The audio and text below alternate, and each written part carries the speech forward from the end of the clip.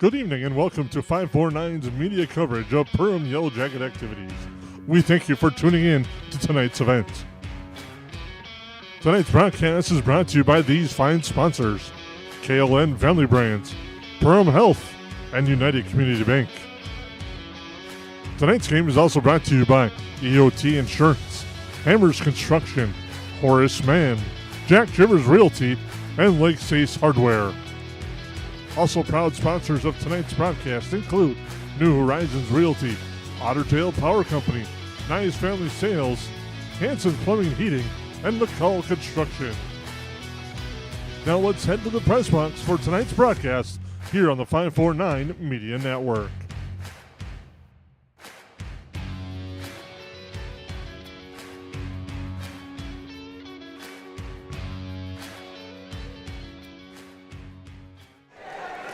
Welcome into the Hive as we're catching some JV wrestling going on here. We've got a full pregame show. My name's Lance Rock, joined along by Jesse Hine tonight, and we're excited to bring you a really good local battle and kind of old school duels as we started talking about it earlier, Jesse, with both coaches.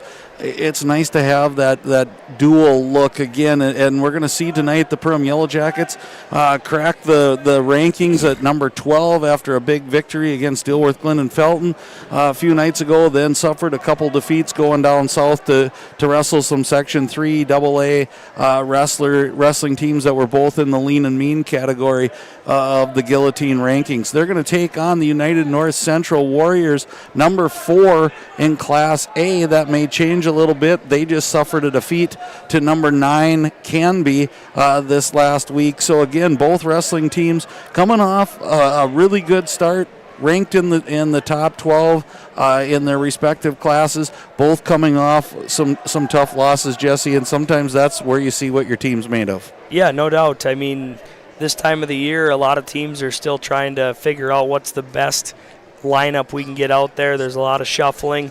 Injuries, sickness, skin issues might come into play as we get down the stretch here. But, again, everybody's trying to get fine-tuned before we get to section time. Oh, exactly. And again, if you're right now, wrestling is such a tough sport to be in, and both squads talking to the coaching staff, dealing with a few injuries. We're going to dive into a lot of that as we go. We have a full pregame show coming up, a pre-match show for you. We'll highlight a lot of those things. We'll look at ranked wrestlers.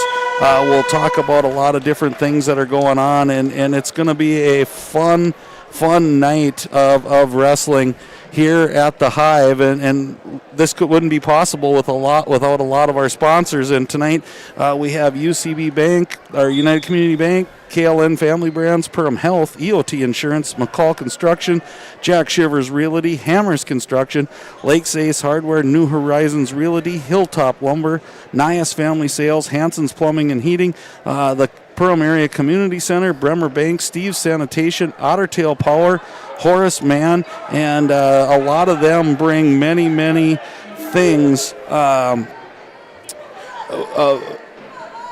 to this, and we're going to talk about the scoreboard to player of the match, many of those things as we get going. So it's going to be a really, really nice, fun evening as the stands are already filling up. It's such an exciting night here, and again, it couldn't be done without these sponsors, and again, we'd like to thank them for all that they do. So we're gonna take a short break here. We'll come back. We're gonna kind of highlight some of what we think are the key matches. Then we have an awesome interview done by Jason Groth about giving hearts, and that'll be a really good thing for all of us to watch, as I think it's such a worthy thing. And then we'll come back and we'll kind of get it set up. We're kind of taking a shot at the dark here of when we're going to start 11 JV matches, which is awesome for the sport of wrestling, but you never know how fast they're going to go. So stick with us. We'll be back here in a little bit, and we'll be again talking wrestling after this short break. What sets the world's leading hospitals apart from the rest? It's their continued ability to deliver the highest quality patient care. Perham Health is honored to be a top 10 Minnesota hospital. Patients experience it, and Newsweek has recognized it. Even during the unpredictability of the pandemic, the nurses, doctors, and many others at Perham Health put their best foot forward. Thank you to everyone at Perham Health for continuing to provide the best patient care.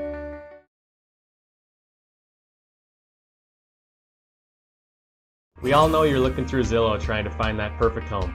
Better question is, have you been pre-approved for it? If you're looking at making a move this year, getting pre-approved is going to be a great first step for you. What a pre-approval is going to do is it's going to set filters on your search and give you realistic expectations on what kind of homes you should be looking for. To get pre-approved, stop in and see us or visit us online at ucbankmn.com. I'm Alec Meyer, I'm a mortgage lender, and let's get ready to move this year.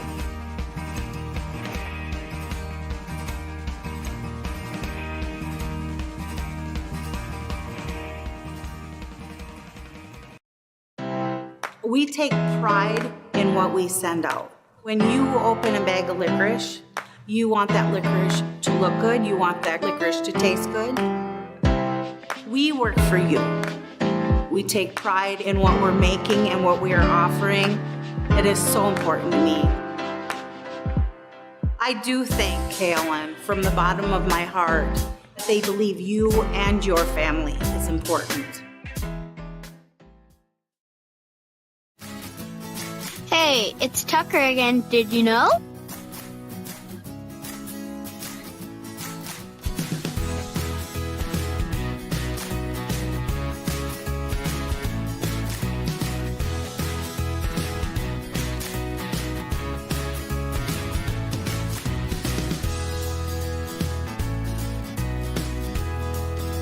EOT Insurance Agency. McCall Construction is the Lakes area full-service construction management company, offering a truly personalized experience. From dream homes to commercial spaces, McCall Construction focuses on putting you first with experienced value engineering that delivers on your vision and surpasses your expectations. Whether you already have a plan or you're just getting started, give them a call. McCall Construction will make the entire process so much easier. Call them at 218-346-7070 or check them out on Facebook.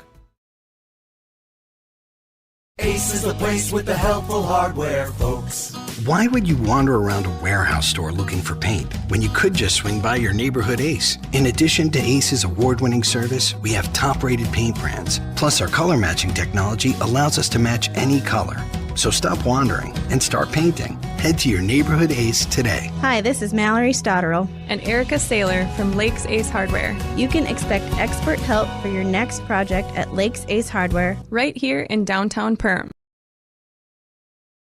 At Nias Family Sales, our experienced mechanics are here to provide exceptional service in a timely manner. With 10 service bays, the service department at Nias Family Sales can work on all makes and models.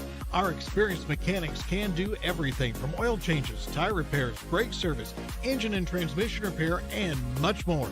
Schedule your vehicle today. Call 218-346-5976 or visit the Nias Family Sales Service Center at 610 East Main Street in Perham. Yes, garbage is gross, but here at Steve's Sanitation, we are your trash experts with experience to back it up. At Steve's Sanitation, we know how to schedule your trash pickups without missing a beat, and we have been doing it for over 30 years in Perham and the Lakes area. Steve's Sanitation has been voted the best garbage service in the Lakes area since 2019. With 30 dedicated employees, we're here to take care of your trash. For more information, call us at 218-346-4834 or visit our website at stevesanitation.com.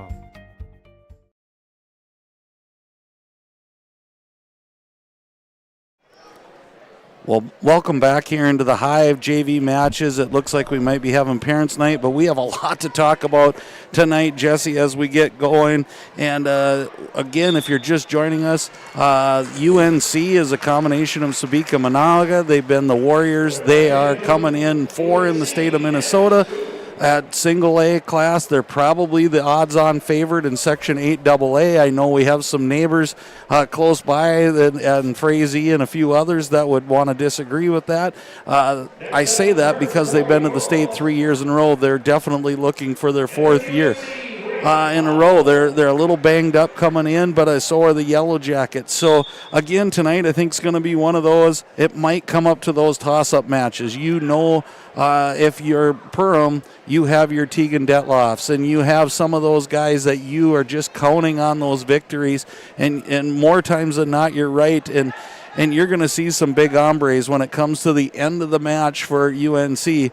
If you're the Yellowjackets, I think you're going to want to be up by a pretty good amount or margin heading into 189, 215, and then heavyweight and or 285. So in my eyes, Jesse, and you can elaborate a little bit, I think it might be some of those matches. I know at 121, there was a good matchup. It went kind of down to the wire, and then there was a fall by Dresden Wegschein over Cooper Rife, and that might be some of those difference giving up those bonus points tonight.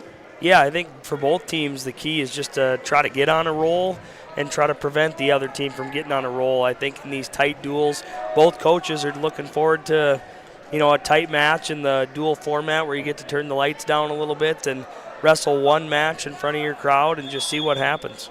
Yeah, and there's a lot of setup. We kind of went through, and I know injuries are going to change this, but we kind of thought it would be 4 or 5 victories towards the Yellowjackets and maybe 5 or 6, depending on how you look, towards UNC. And then out of that, there's probably 4 that are toss-ups. And I think that's where it's going to come down.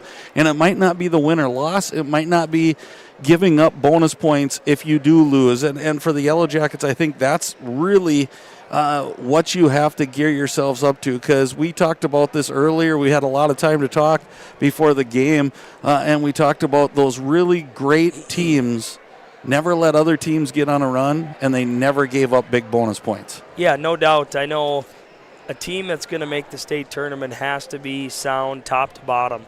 They don't have to win every match, but they have to be accustomed to what's expected of them when they go out there.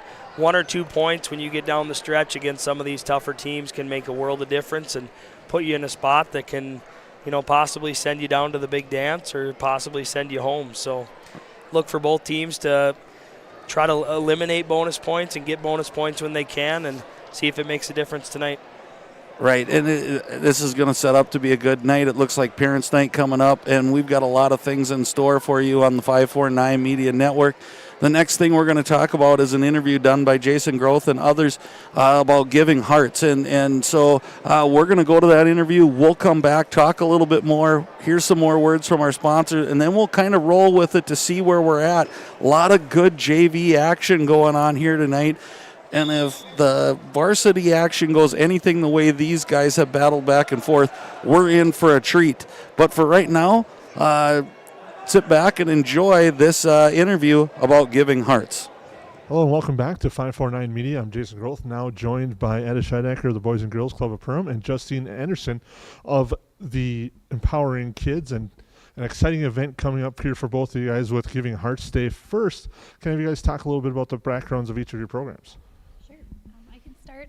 So Boys and Girls Club has been around since 2011. They opened with a school-aged after-school program in the basement of Calvary Church and grew from there. So now here we are. So over the years they grew and expanded, and now we are in our space at 221 Fox Street. We serve right around 90 to 110 members per day, and that's kindergarten up through 8th grade. So we see kids in the morning from 6:30 to 8 after school, and then we also do full day summer care with kids. So Empowering Kids was founded in 2016 and has grown, much like the club, to serving just over 50 kids year-round. We offer different types of therapy for neurodiverse children. So what is a neurodiverse child? That would be somebody with autism, ADHD, or any other social or behavioral type challenge. And we provide different types of therapy, as well as social and recreational groups, occupational therapy, mental health therapy. Some fun things too, we were started in what used to be the old hospital over on the Perham Living campus and have grown now to 231 Fox Street right next to the club. We have an amazing space with amazing providers and a long wait list for the services that we provide. So I'm excited to talk about Giving Hearts Day. And as you lead into that, Giving Hearts Day, a big day for both of you guys. What's kind of the goal for each program that you guys have for Giving Hearts Day? So as I mentioned, our demand has outgrown our capacity at the moment. Just with the client wait list that we have is over 30 plus kids and families looking to get into Empowering Kids for some form of therapy. While it's not overly glamorous, operational support is critical so that we can tack away at that wait list that we have. We need more providers. We need to keep our programs running smoothly and efficiently. And to do that, we need operational support, which is what we're hoping Giving Hearts Day will help us achieve this year in 2025. And I'll just kind of piggyback off of Justine here. So a little piece of what the club is working towards is for partially operational costs, but also just to offset not receiving a grant this summer. So the last 2 summers, 2023 and 2024, we had a really awesome grant, and we were able to provide really great service, or we were able to provide really great opportunities for our members. So we were able to go to the PAC twice a week or twice a month with some of our kids. We were able to visit the gymnastics center. We were able to bring in people who, one of them was the science guy that the kids loved so much. So it's really important to offer those engaging experiences for kids, and we would love to do that again this year with Giving Hearts Day funds. So not only that, but also looking at improving the safety of our gym space and installing some wall pads for those. That will just help overall to prevent injuries and just to make it a safer place overall. How does it feel knowing the impact that you guys are having on so many families here in the community and in the county here in Otter Tail County and Perham? Oh my goodness, it is the reason that I'm here. I guess that's the reason that I am doing what I'm doing, especially having a heart for Perham and the surrounding areas as a whole. We just hear constant feedback from families too. That's a huge piece at the club. We're able to see face to face those parents or those guardians who come in and pick up their kids, and just seeing kids not want to leave, getting upset at parents for not wanting to go home yet is a huge thing for us at the club, and it's why we're here. It is a huge piece for the community and does so many great things for families. Very similarly, this is also why I am here. I recently changed jobs, and that the impetus to change jobs was really to pursue my passion, which is helping and supporting these families that Empowering Kids touches. I have kind of a dual relationship in that I have a child who utilizes Empowering Kids services, so I know firsthand the impact the therapies and the different outings has on a child. And it's the simple things, it's the small things, from him starting to make eye contact to being able to sit at the Nest coffee shop and have coffee with me in the morning like I've always wanted to, or using different words like I am frustrated with you, are all big things that Empowering Kids teaches, and that's just my life. And so knowing that there's 30 plus kids on a wait list looking to get those similar types of therapies and find that place where they fit in, where they belong, where they can thrive, is why I'm here as well. And now with Giving Hearts Day coming up, I believe February 13th is the day. How can people or families try to find out where to go to support and donate for Giving Hearts Day? Sure. The really nice thing is, as of today, January 13th, we officially have early giving open. So you can visit our Facebook pages, either Empowering Kids or Boys and Girls Club of the Perham area. Or you can visit givingheartsday.org and search for the org you would like to support. That's the beauty of this year. So in the past, they have not always done early giving. It's always been just that 24 hours. It's midnight to midnight. And now we have a month prior to the actual day that you're able to give gifts and support. And that's the other thing about Giving Hearts Day. It's not just about giving your gift or donating, but if you're not able to do that, we love when people can just spread awareness, inform others, inform grandparents, nephews, nieces, cousins, tell them about our programs, tell them how they can support us as well. And then you mentioned on social media, what are some avenues that people can find you and look up to if they're unable to perhaps donate, but be able to give time and help out in other ways? You can visit, again, follow us on Facebook, Boys and Girls Club of the Perham area, and is Empowering Kids. Empowering Kids as well on Facebook also has it. We will be having a slew of events on February 13th, which is Giving Hearts Day, starting at 6 a.m. at the Nest, where if you donate, you can spin the wheel, receive some fun prizes. And then over lunch, we have Spuds for Love, and we'll be serving a loaded baked potato bar at the club and Empowering Kids. So you can have an opportunity to come in and see the spaces and then also have lunch. We're going to start putting out a lot of different advertising and marketing, different things. You'll see posters around town, table tents, brochures, social media content. So just keep looking for those. Kind of question behind the scenes, how much work goes into like the prep for all the events you're going to have to do, trying to, as you promote Giving Hearts Day and promoting each club? So the nice thing is we've been doing it, like we said, for several years now. So we can piggyback off of different materials that we've used in the past, but it is quite a bit of work just for both organizations to have to prep all the marketing materials, having to reach out to people who are supporting us and helping us make this event run really smoothly. So we definitely it doesn't just happen. So we have put quite a bit of time into making sure that this is something that people will enjoy and people will help and support us. So helping all the kids and seeing, what's it like seeing the looks on their faces every day as they come in? One of the best things of our days. So for us too, we're really going to push it with Boys and Girls Club members this year. So we're going to kind of kick off next week with Boys and Girls Club kids and just kind of inform them what is Giving Hearts Day. So they maybe have seen the red in the past or they've seen the different events, but really what is it? And really have them connect to, okay, so these funds raised will benefit you this summer and will help you have a really engaging time and more memories built with them. So being new to the organization, I haven't had a whole lot of time in the office yet, but the one day I was in there last week, I can tell you that listening to different giggles and laughing of them, of a provider and a child playing, it definitely warms my heart. We don't necessarily, we do educate the children on what Giving Hearts Day is, but it's a lot different over at Empowering Kids.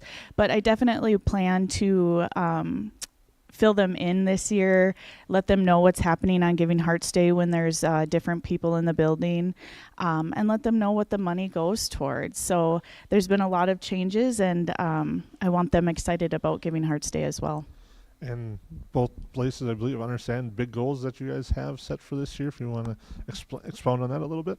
Yeah, so both of us this year are asking or attempting to raise $50,000 each.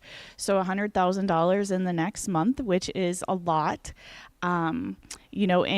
Whether it's $1 or $100,000 is always appreciated to the organization. And I know we have a lot of very giving people, very giving businesses in our community and the area that are looking and always do historically support Giving Hearts Day. And so from both of us, we sincerely appreciate anything any awareness, any donation that you give. It goes a long way. It's not just one donation, it goes to different families. It goes to different children, whether they're needing the club services for social and after school programming, or whether they're needing Empowering Kids services for different neurodiverse therapies. It goes a long way, and we appreciate every one of you. All right. Is there anything else you guys would like to add? No. Thank you very much to 549 Media for allowing us to be on here and helping spread awareness of Giving Hearts Day. We appreciate it. All right. Thank you very much. That's Edda Schedecker and Justine Anderson here on 549 Media. We'll be right back. It's not necessary to build your business in Perham, Minnesota to be successful.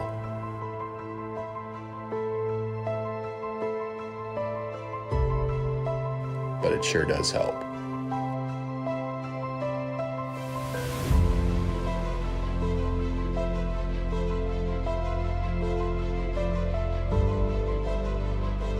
Hammers Construction, your vision, our team. Since 1980, more families have trusted Jack Chivers Realty than anyone else in the Lakes area. I'm Blake Olson, the owner of Jack Chivers Realty. Our dedicated agents have a deep understanding of the area. We live here and our kids go to school here. Let us find the perfect home for you and your family, or lean on our knowledge and marketing to sell your home. Find out how Chivers delivers right here in Perham. Reach out today and start packing. JackChiversRealty.com. Hilltop Lumber on Main Street Ottertail is your #1 stop to find building supplies for residential and commercial projects. From the initial idea to final completion of your project, at Hilltop Lumber, we help plan, supply, and deliver dreams. Check out Hilltop Lumber's Marvin Showcase Center and huge supply of carpeting and floor coverings, as well as hardware and lawn care for your everyday needs. See you at Hilltop Lumber Ottertail.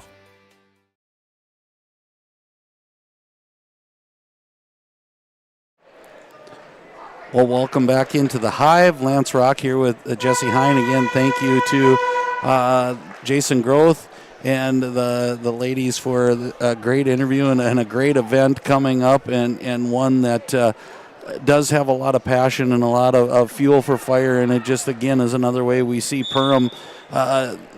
It is a community with a giving heart, and it's so awesomely named. So, again, thanks for that interview and all the things going on. Again, we'd like to thank our sponsors. We're on the last match of the night in the JV portion of this. It looks like we're lining up parents for Parents' Night, and I think that's always such a great night, Jesse, and we'll just touch on it. We won't be introducing everybody or going down to the mat side to do that, but it's one of those I know from my parents. Sometimes it was tough love, sometimes it was soft love, sometimes it was putting a Band-Aid on a hurt knee, but it's so important to have that push when you need it, and sometimes it's not always what you wanted to hear, but that support from home is so important, and nights like tonight, with the sport of wrestling better than I do.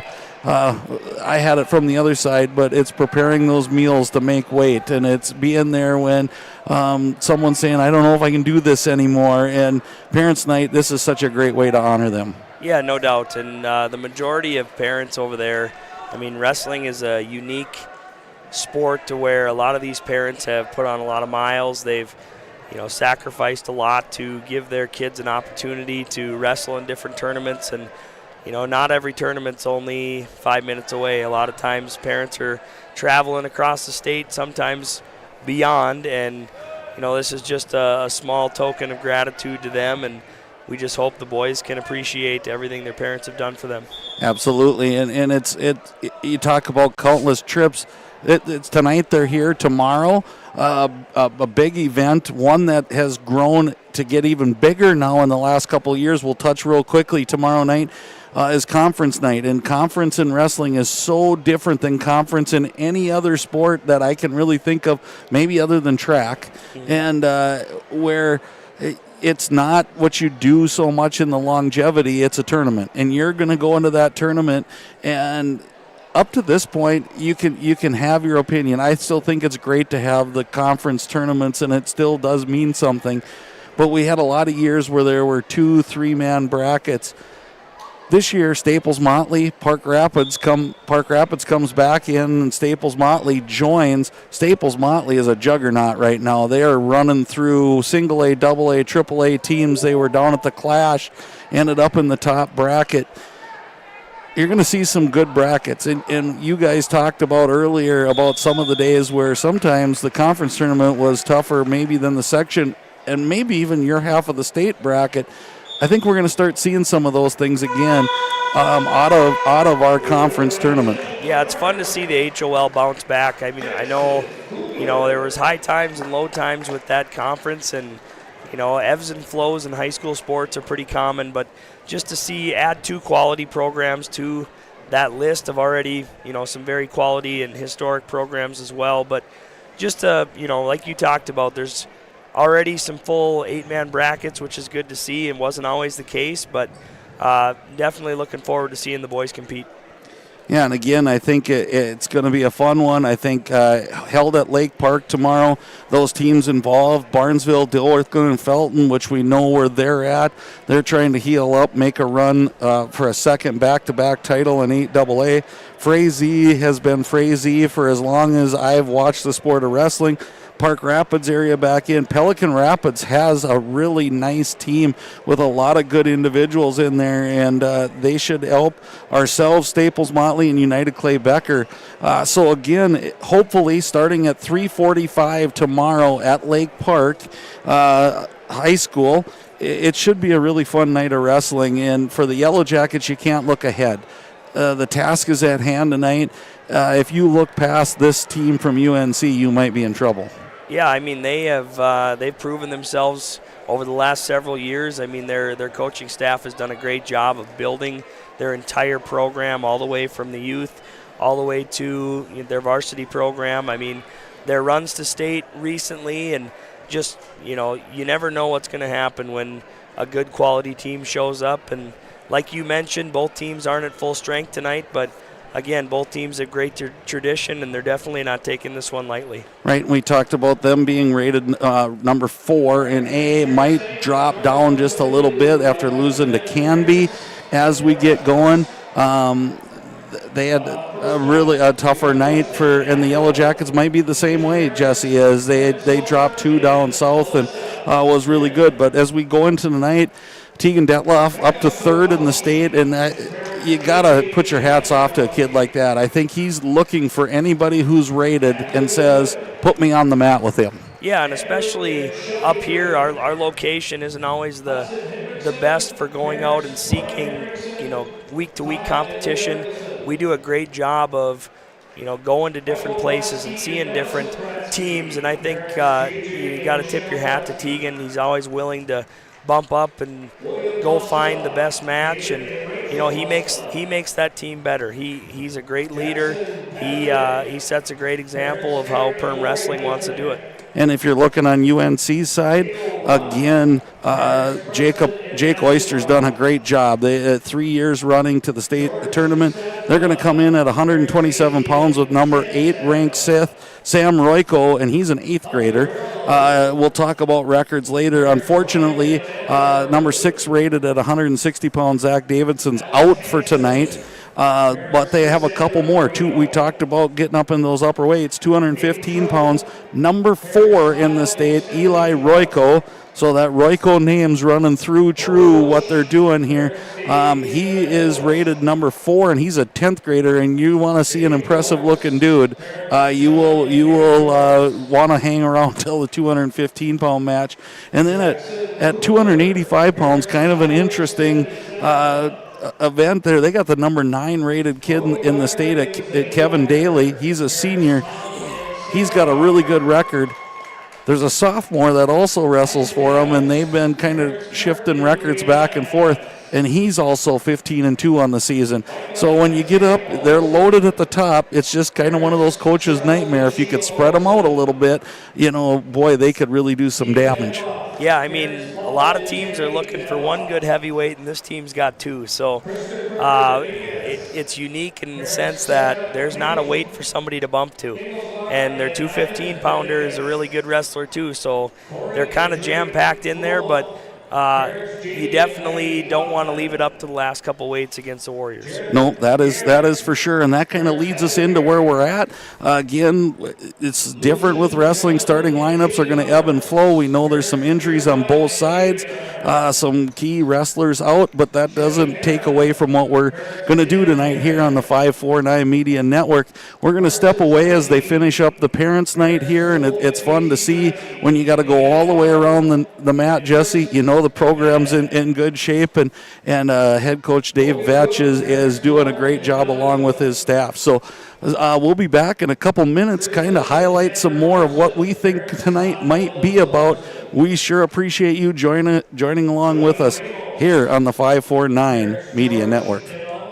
At New Horizons Realty, we're on your team. For over 25 years, we've been helping families and businesses find the perfect place to call home here in the Lakes area. Whether you're looking to buy, sell, or just dreaming, we've got the experience and local knowledge to guide you through every step of your real estate journey. As proud supporters of the Perham Yellowjackets, we believe in building strong teams on the mat, court, or field, and in the community. Check out our current listings at perhamrealestate.com or give us a call today at 218-346-7767.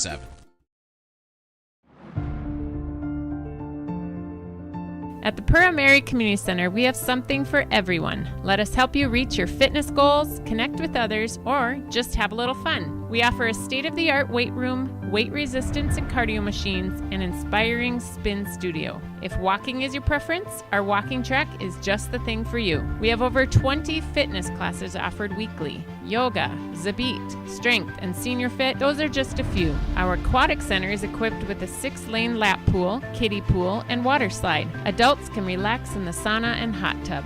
We also offer water fitness classes and open swim for the family. Find your fit at the Pack. We'd love to have you here. When you're running a business, you don't have time for doubt. You need a banking partner you can trust. One who is as invested in the success of your business as you are, and has all the products and services you need under one roof.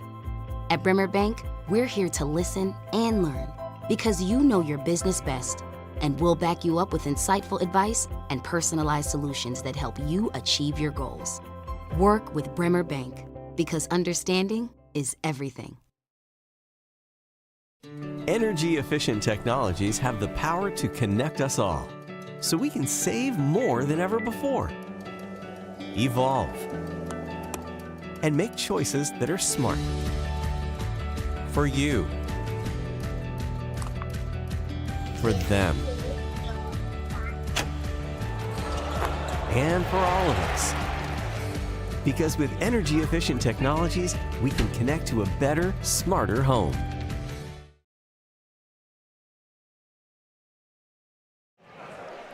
Welcome back into the Hive. Lance Rock here along with Jesse Hine. We're just honored to bring this to you. Again, if you're just joining us, we had a great interview. Go back and look at that about Giving Hearts Day.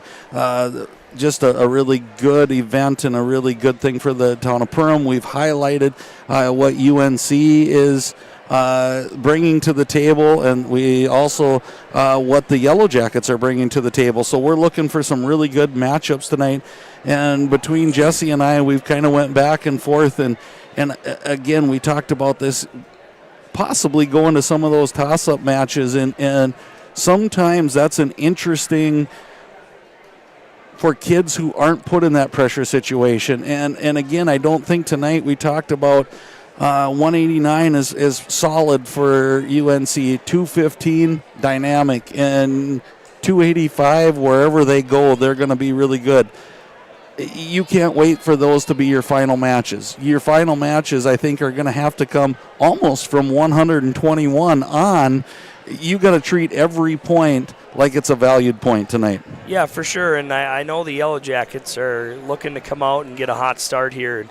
They kind of have up to this point in a lot of the home duels we've had so far this year. Beckham Bunkowski's done a really good job of kind of lighting that fire for the Jackets, and winning's contagious. I mean, you can start hot and try to get on a roll here, and we talked about the heavy hitters up top, and the Yellowjackets are going to have to make some hay. Right, and you go back to that. It's went anywhere from 98 pounds to 100 to now 107 pound match, and again, it seems like from the beginning of the match to end is an eternity sometimes, and we focus so much, and you know exactly what we're talking about. You've been in that place numerous times, that we wait to the 285-pound match, and it all seems to ride on them. The importance of those early matches sometimes get forgotten, but I remember when my son Leighton stepped in as an 8th grader, how fearful I was being parent night of him stepping out and trying to set the tone. And I remember Coach Mosier coming up to me and saying, Leighton's going to be a firecracker. You just wait and see. And that, and again, you could tell on nights when he went and got that early pin or those sorts of things, it lit the fuse for the rest of the team. Yeah, absolutely. I mean, it's similar to, a football team coming out and returning the opening kickoff or having a big play, early in a game for any other sport too. And it starts you on the right foot and forces the other team to kind of regroup and sometimes abandon their game plan. And you just hope the Yellowjackets are ready to roll. Yeah, and tonight, again, we'd like to thank our sponsors. Our blood timeouts tonight, we would be remiss if we wouldn't talk about Coach McEachran being down there. I know we talk about it every time. It's just like a staple for the table that's down there with Tony Paul and Shep and you go Bruce Perrine and McKeck. I don't remember a time that I've been a part of Yellowjacket wrestling that you don't see those faces down there, and that's part of tradition. And I'm sure for you too, they were probably there when you were wrestling. Yeah, absolutely. And I think when Keck decides to retire from the Bloodman, I think we should just put a statue of him there just because, it's not going to be normal without him down there. But I can still remember going to the head table, checking in with those guys, them wishing me luck, and some things are just meant not to change, Yep, and the more things change, the more they stay the same, and that's the beauty of it. And we're getting ready tonight. We also should thank Colton Lehman, but all of that came from our blood timeouts tonight are going to be sponsored by Perham Health. The scoreboard that you will see, it's already up there by Otter Tail Power. The wrestler of the match is coming from Steve's Sanitation, so we'll be kind of writing some notes and documenting. And the way this looks tonight, Jesse, there's about 6 toss-up matches that we could be looking at. The pin for the win will come from Horace Mann. Big move of the match by KLN, and we also are looking for that money move, that one where you go, oh my goodness, I don't know how that just happened. That will come to you from United Community Bank. So, again, our sponsors make all of this possible. They allow Jesse and I to be on TV here, and we just love it, and we hope that comes across to you. So we're getting really, really close here to the start of this matchup. One team has now made their way. I'm guessing we'll have the anthem. We'll have some starting lineups. Again, when you have that parents' night, it kind of throws a little wrinkle into it, not knowing when it's going to start. But I see teams kind of getting ready. You talked about it earlier, and you probably can add a little bit before we go to break. Does change the schedule screw you up that much, or is it something that we overlook here in the broadcast booth and as parents? Well, from an athlete standpoint, not so much. From a coaching standpoint, absolutely. I mean, I don't know any coach who doesn't like to get into a routine and follow what they're comfortable doing, but, you have to do these things. You have to take time to appreciate all your supporters, and, little things like this shouldn't throw off the evening. Yeah, when you deviate from your schedule, you always think it's going to cost more than what it is. But again, for the Yellowjackets here, we're still waiting. They're going to be coming down shortly. UNC has made their way down, and I think wrestling's always one of those unique ones as the lights go down here. It's really a unique situation because you might warm up, and you're the 285-pounder, and you might not see the mat for an hour and a half. So with that, we will step aside, honor some of our sponsors here, and we'll be right back with Yellowjacket Wrestling. One of our core values at United Community Bank is reinvesting in the communities we serve. I personally take great pride in this as I'm a 5th generation in our family here at United Community Bank. We've been here for over 100 years.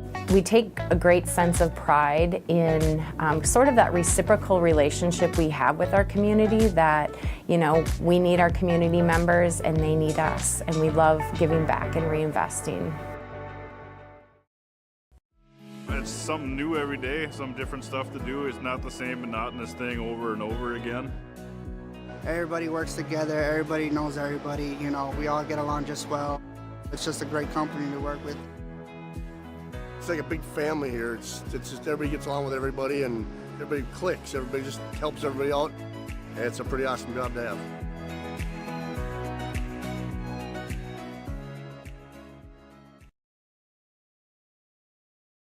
What sets the world's leading hospitals apart from the rest? it's their continued ability to deliver the highest quality patient care. Perham Health is honored to be a top 10 Minnesota hospital.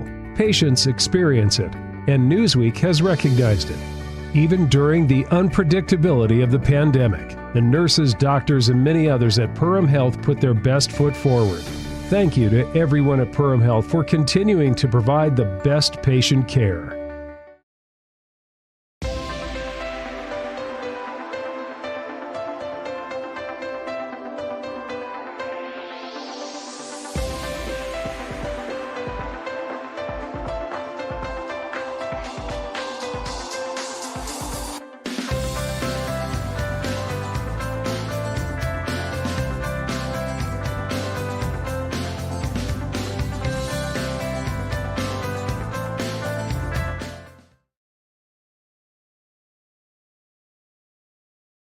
McCall Construction is the Lakes area full-service construction management company, offering a truly personalized experience.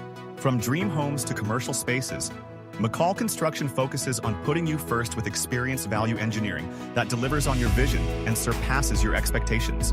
Whether you already have a plan or you're just getting started, give them a call. McCall Construction will make the entire process so much easier. Call them at 218-346-7070 or check them out on Facebook. Since 1980, more families have trusted Jack Chivers Realty than anyone else in the Lakes area. I'm Blake Olson, the owner of Jack Chivers Realty. Our dedicated agents have a deep understanding of the area. We live here and our kids go to school here. Let us find the perfect home for you and your family, or lean on our knowledge and marketing to sell your home. Find out how Chivers delivers right here in Perham. Reach out today and start packing. JackChiversRealty.com.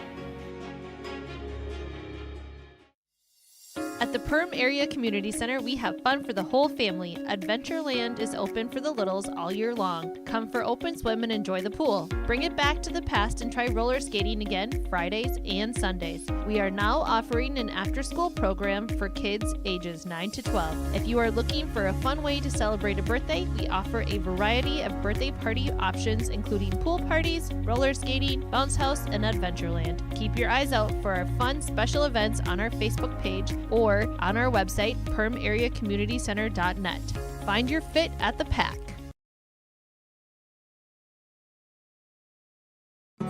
Hi, my name's Wally Anderson. I've been at Tuffy's for 3 years at the warehouse. I just recently bought a Panoptics. It's like an underwater camera.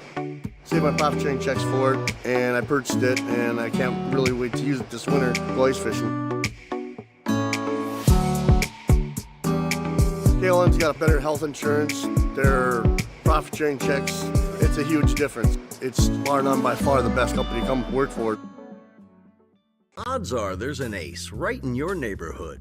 With expert advice and the right tools to make your quick fixes even quicker. Around the block, what you need in stock. With people who know their stuff. Welcome to the Home Convenience Store. Hi, this is Mallory Stotterell and Erica Saylor from Lakes Ace Hardware. You can expect expert help for your next project at Lakes Ace Hardware, right here in downtown Perham. Ace is the place with the helpful hardware, folks. Hansen's Plumbing and Heating provides the highest quality products and services to ensure the comfort and safety of all their customers. It's what they do. Henry Hansen, later known as Hardware Hank, first opened the family hardware store in the early 1930s in Burgess, Minnesota. Today, they are proud to carry on his legacy of hard work and honesty through teamwork, fellowship, cutting-edge technology, and forward thinking. 218-346-2422 or make a visit in Perham, Burgess, or Detroit Lakes today. Hansen's Plumbing and Heating, proudly serving Minnesota families for over 80 years. Welcome back live into the Hive. You're getting the last look here at the starting lineups as they're at about 145 pounds here, talking about some of the matchups as we get going. We'll try to highlight them, as you guys know as well as we do. It can be a change, and especially with talking to both coaches, they're dealing with a little illness, they're dealing with a few injuries, and that forever shakes up that lineup. And we talked about it earlier here, Jesse, that coin flip tonight might be bigger than it's ever been for the Yellowjackets in this year of trying to get the matchups you want against a really good team. Yeah, you know, you dive into a lot of you may have a plan coming in, and then after weigh-ins, your whole plan could be thrown in the garbage because somebody might have bumped weights, somebody might have, been out for the day. You just never know. Even to this point, you don't know what the lineup's going to be. So that's the beauty of wrestling. Looking forward to seeing some of the matchups. And I talked to a few people, and they're like, well, they're running the starters out here right now. Well, yeah, that's where the projected starters in. And as we get going, that flip that we heard from a couple people, UNC, and we got the weigh-in sheets, weighed a lot of kids in tonight. So that means their flexibility is going to be greater. And it's probably a smart move if you think they're not going to get if you're not going to get a JV match, why not weigh them in? You've got nothing to lose tonight. So again, a lot on the not a lot on the line. Kind of some local pride right now as they're in different sections and in different classes. But the makings of a good one tonight. Yeah, absolutely. It's so fun when you have close competition like this. Pride is, you said it best. It's, for the Warriors, it's a big school, small school matchup kind of thing. And for the Yellowjackets, they just got to continue doing their thing, and it should be a fun one. We're waiting for the initial 107-pounders.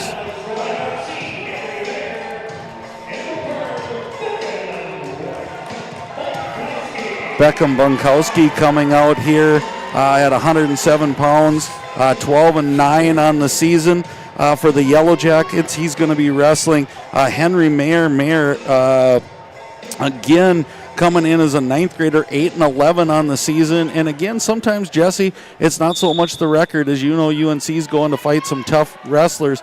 It's sometimes that physical age. What I like here on Beckham's side is he's got some length. And it seems to me a lot of times length is hard to deal with when you're talking about wrestlers. Yeah, absolutely. And you can see Beckham in on a nice sweep single, switches over to a double. Mayer doing a good job fighting here, but look for Bunkowski to settle in here, continue to work.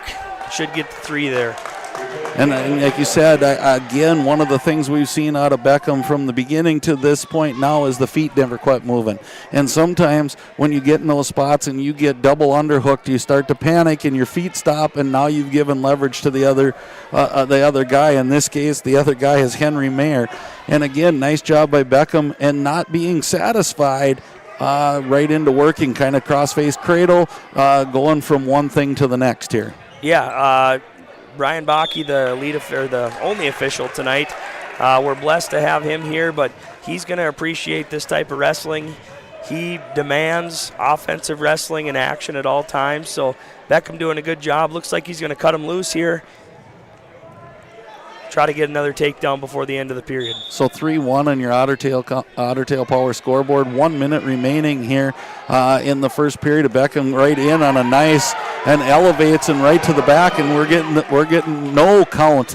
And again, it's one of those nights, Jesse, when Mr. Bakke says it, you believe it, because there's probably none better in the state of Minnesota than him when he gets in these situations. Yeah, no doubt. And Beckham doing a really good job here on top, going right to work, going from a crossface, trying to work a half series, now rolling a wrist, just continuing to work, see if he can get some on the edge here.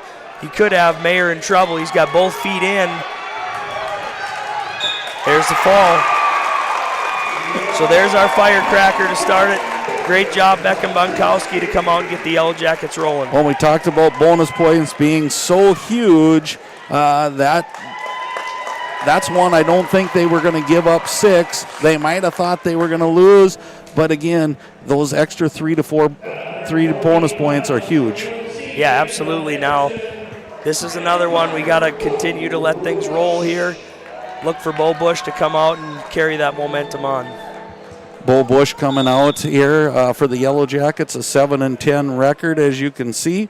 Again, nice job by Bo. He's kind of stayed with it. I think this is Aiden Meach. I'm not sure. I was trying to listen. It's kind of hard to pick up sometimes, but we'll do our best to go as we're going along. But The first match was brought to you by United Community Bank, and that pinfall was also brought to you by Horace Mann. So, again, a good start for the Yellowjackets.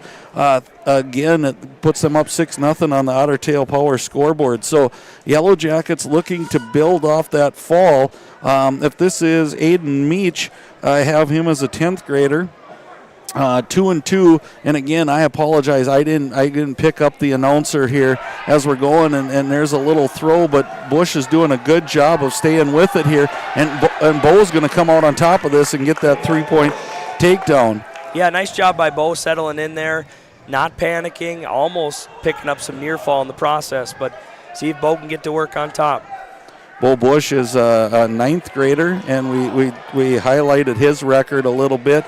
He's come up against some really tough customers here, and again, both wrestlers very active. So one of the things we've seen tonight with 35 seconds remaining in the first period is aggressive wrestling, and everybody can appreciate that. Yeah, I mean, on the bottom, Meach doing a really good job throwing a couple moves together there. Bo doing an excellent job following, recovering, and just continue to climb up and get to his ride. And this 113-pound match is brought to you by KLN Family Brands. Again, we'd like to thank all of those sponsors for making this possible.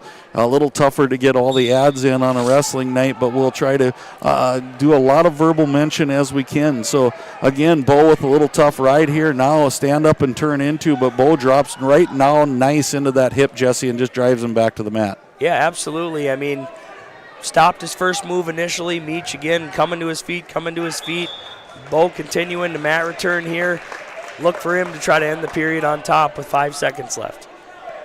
And one of the things, again, two really good coaching staffs here, loaded with veteran coaches and youth coaches. And again, it's not made by one coach, but nice job on mat return there by Bo Bush. So he'll head into the second period 3-0. But Jake Oyster's done a really great job for UNC. And Dave Bush is he's just so solid for the Yellowjackets, and I think if I could put one word that he stamped onto this program is these kids are gritty now, and he believes in that offensive takedown and getting on your offense, and you can see that coming through this program now, that these kids are going to go after the offensive end. There's an escape by UNC, makes it 3-1, minute 45 here in the second period. Yeah, you can't say enough about Coach Vetch. I mean, we had a conversation before we started tonight just about, how far the program has come in his couple years in the helm, and just the ins and outs and the duties of coaching that go beyond the sport itself, and just he's passionate. You talk to him, you realize how much he pours into it, and we're lucky to have him. Yeah, you mentioned the word wrestling, and there's a twinkle in the eye that, he's on the mat even in the room yet. And again, Bo Bush doing a nice job here, just kind of staying, I would say, from what I've seen, a little lower wrestling than what he has done in the past. I've seen him try to go upper body, maybe figuring that isn't working as well. I like the low shots we see out of Bo Bush tonight. Yeah, and I'm noticing as they're hand fighting, Meach's feet are getting awfully close there. Look for Bo to maybe just get to a reach single. He doesn't even need to dive under or anything. Just a quick reach single. See if he can get to one here before period 2 comes to a close. 50 seconds remaining here in period number 2. A lot of hand fighting, a lot of that wrist, trying to control the wrist. Haven't really seen it to that Russian tie, but there's a nice shot by Bo. Nice job lifting by Bush there. Again, kind of an awkward fall there, but Bo pops up like a cat. Gets a 3-point takedown. Right, and I think part of it was the opponent's wrestler had arms out, so it wasn't like the arms were trapped. Yep. That's where you see those slams coming. Again, he had a chance to brace himself. He gets out of it. 10 seconds remaining. 6-2 lead for Bo Bush. Let's see if he can add, and there he does. Big throw there, kind of a cow catcher, if you will. 2-1, and at the buzzer. See what they give him here. And he's telling coaching staff, just wait. They're going to go talk, and this is the veteran presence of Brian Bakke on. He's going to go in, say, hey, what happened? Probably gather both coaches together. They'll come to an agreement or disagreement. Looks like a fall. Yep, and the fall is called, so back-to-back for the Yellowjackets. Makes it 12-0, heading into 121 pounds. That's a huge, huge bunch of points there for the Yellowjackets. Bo Bush just taking that opportunistic moment there, and big cow catcher, and he finished it before the buzzer ran out. So kudos to him. Great job getting the Yellowjackets continuing to go.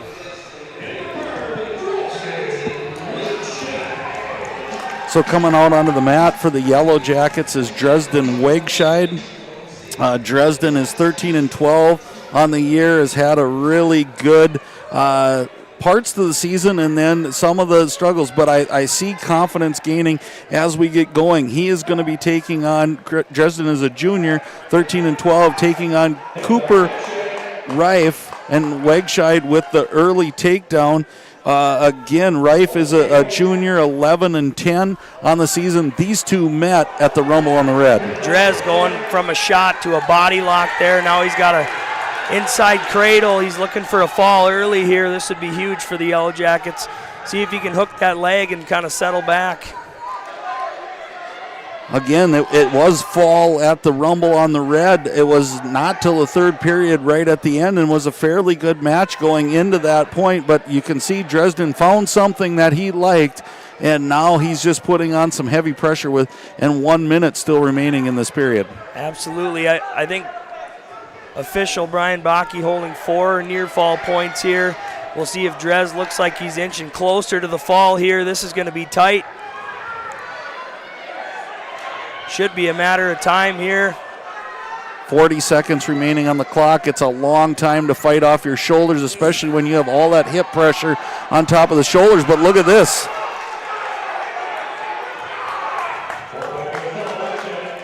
Well, you gotta respect somebody who battles out of that position. 25 seconds remaining in period number 1, but what a start by the Yellowjackets. What a start by Dresden Wegscheid. 10-1 on your Ottertail Power scoreboard.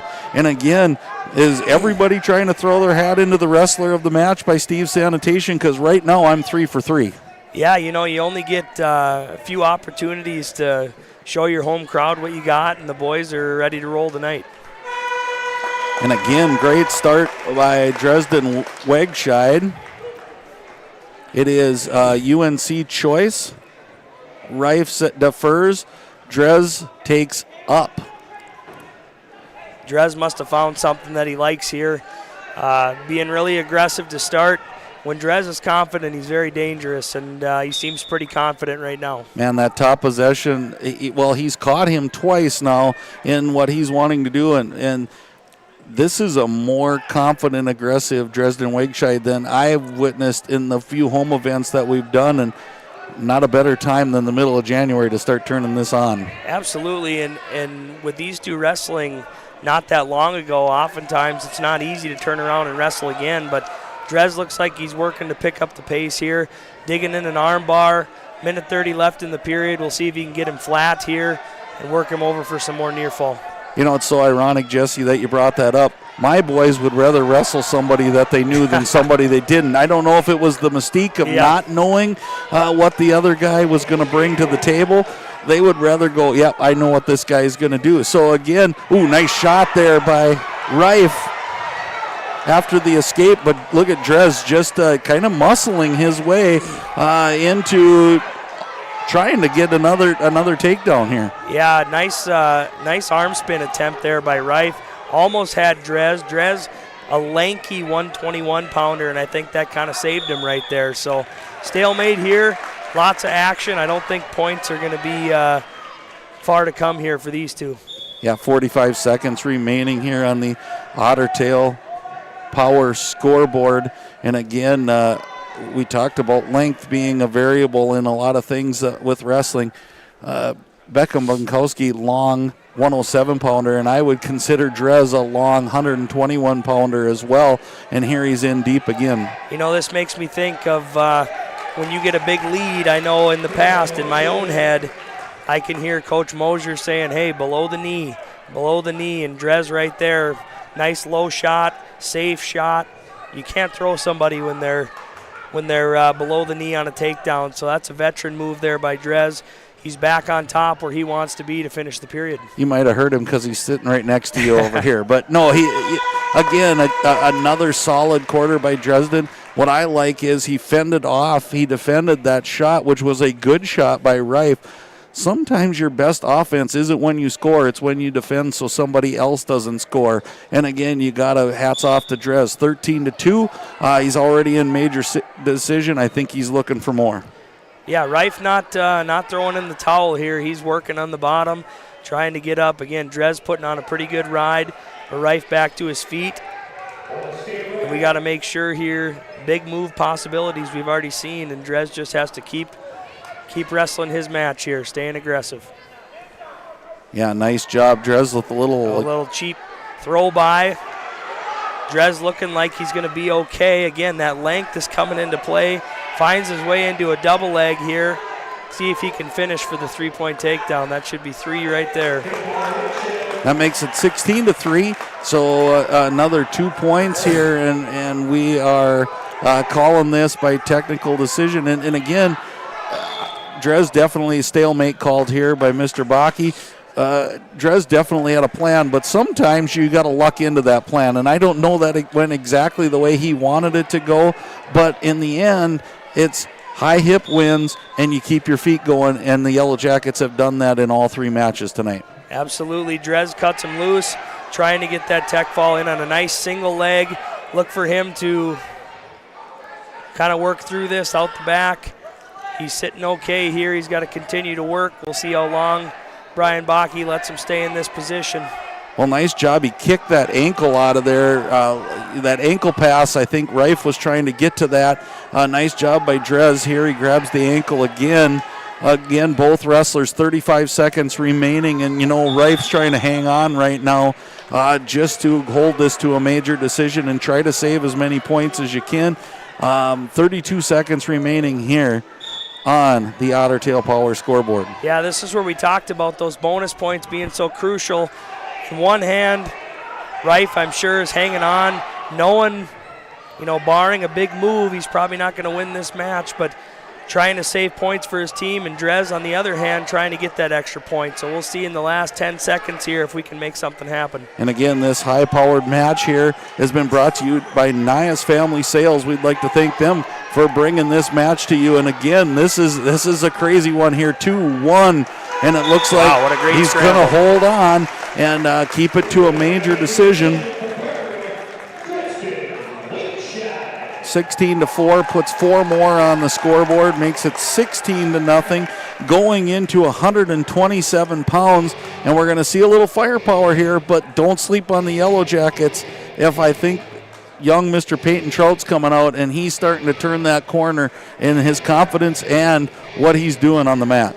Yeah, you know, Peyton's come a long way since the beginning of the year. He's up a few weight classes, you know, a young guy. You know, a couple of 8th graders going at it here. This probably won't be the last time these two will see each other. Again, this 127, this is Sam Royko. We kind of highlighted him early, and he's got an early 3 points here. Sam Royko's an 8th grader, but rated 8th in the state of Minnesota in single A, 16-4 on the season. He's going to go against Peyton Trout, who's also an 8th grader, 10-9 on the season. And again, upper hand right now for Royko. And again, you know these are big points if you're the UNC Warriors. Yeah, you know, they're looking for one of their guys to get him on the board. And Royko coming out right away, getting that takedown, going right to work on a hard crossface here, working that Iowa ride. You can tell he knows what he's doing, and he wants to get to the positions he wants to be in. Well, one of the things we know, Peyton Trout, son of one of the coaching staff, Mr. Kyle Trout, who was an All-American at Moorhead State. likes that top position. So if he can get to that top position, he's tougher than a 16-penny nail on top. And again, you have to really be careful with him. So Royko lets him up and then drops down into that single. But be careful, because if young Mr. Trout gets his takedown, it could be a tough night for Mr. Royko. Yeah, it was a nice arm drag to a single there by Royko. Trout doing a really nice job with that whizzer. If he can stay hard on that whizzer here, he's going to get a 2-point quick little takedown if Royko's hands go down there. That should be 3-point takedown, my fault. But that was a really nice job of kind of shucking that by, getting a quick one, and here he is, Lance, in the top position like you talked about. Right, and this is where we've seen him flourish and doing just that. Nice mat return, gets up onto the waist, but nice job by Royko, staying on path, 10 seconds remaining. We're all tied up 4-4. Yeah, big points by Trout there. Definitely kind of slowed Royko down a little bit. We'll see what the second period brings. Yeah, that's the end of the first period. This 127-pound weight class matchup by Royko and Trout has been brought to you by Hansen's Plumbing and Heating. Thank you to Hansen's Plumbing and Heating for all they do to keep 549 Media Network rolling. Interesting, Royko takes the down position, stands up, turns, but nice job by Trout just dropping into that ankle, but nice job. It looks like it should be not yet. I don't think he gave any escape. I know our scores table gave him one here, but nope, nothing's been given yet. I think they're looking for that reversal yet before the escape. And again, there's the one, so now it's 5-4 in favor of Royko. And again, Royko goes into heavy in the position, but this is where Trout has done a nice job, Jesse. You've said he hasn't given up control, and then bull rushes right into the edge. So nice job by Trout. I think he's put just a little bit of doubt in Royko's mind of, I just can't come out and do this. And again, that tells you just how far young Mr. Trout has come this year. I know Royko has had success on all three of his takedowns so far, or both of his takedowns from space. You know, if they get back on their feet, look for Trout to close up that space a little bit and kind of fight him in a phone booth, if you will. And Royko, we talked about length, and from the Yellowjackets, he's definitely a little taller than Trout is, and he uses that length to his advantage. When you look at the length in wrestlers, one of the things I think about is cradle, and it looked like he was going cross-face cradle there right off the edge of the mat. Maybe it was situational that's what he could get and drag him back onto the mat. But good job by Peyton Trout knowing where he was at and getting a restart here. Yeah, Trout got to continue to work hands here, trying to peel that crossface off. These crossface cradlers, they are a specific breed. If they want to get it, they're going to continue to work for it all match long, and you got to be so careful not to let your head go close to that knee. But Trout doing a good job fighting it here. See if he can squeak out of here for maybe a reversal. Looks like we got stalemate, but isn't that amazing what you just said? You just watch Royko just trying to keep digging, and they just put you in a bad spot till eventually you maybe cry uncle and you give in, and then it's too late. But nice job by Trout here on a nice quick stand-up and getting that escape with 15 seconds remaining here on the clock. The biggest change for Trout there was he brought his hands with him that time. He cleared his hands. Royko wasn't able to get a wrist on the way up, and he got a big point here right at the end of the period. Not to play spoiler alert here, but halftime from Pequot Lakes. The Yellowjacket boys are in Pequot Lakes taking on a really, really good team, and it's 29-15 in favor of Pequot Lakes at the half. So again, some defense being played there. Again, good defense here by Royko to hold Trout down. But again, I like where Trout could be here, Jesse. He has really proven that his strength is giving Royko a little bit of trouble. And there's an escape now. Looks like we got tape or something here, but let's see if Trout can close the gap here and get in tight. Nice reshot by Royko there. His length here coming into play with that reach, and looks like he's going to, Trout popped his hip off the mat there. continuing to work that whizzer, see if he can point that toe all the way down to the mat. We'll see how long Mr. Bakke lets him go in this position. Boy, what a difference in Trout not giving that up to bouncing that hip off the mat, and you just see that quick reaction. And I almost expected a stalemate here, just both guys working, and there it is. And again, that defense just allows Peyton Trout to have one more shot at it here with a minute remaining on the clock, only down by 2, so a takedown for Trout, and they're yelling score right here. Front headlock series, nice little re-shot, but he's got to continue moving here. Royko does a really good job of re-shooting there. Great action by these 2 8th graders out here. 45 seconds left in the period here. Look for Trout to pick up the pace. See if he can get into a scramble here and come out on top.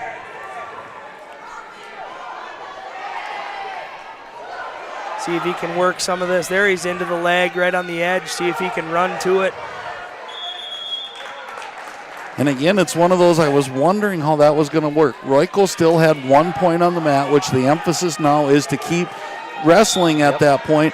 They called him out again, but it's that little bit of return in that allowed Royko probably not to pick up a stall call. Ooh, Trout deep on a single here right at the buzzer. He's going to get 3 right on the edge with 10 seconds left. Huge points for Trout.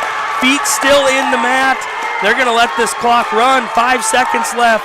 What a huge, huge takedown for Trout at the end of the mat. Huge win for Peyton Trout.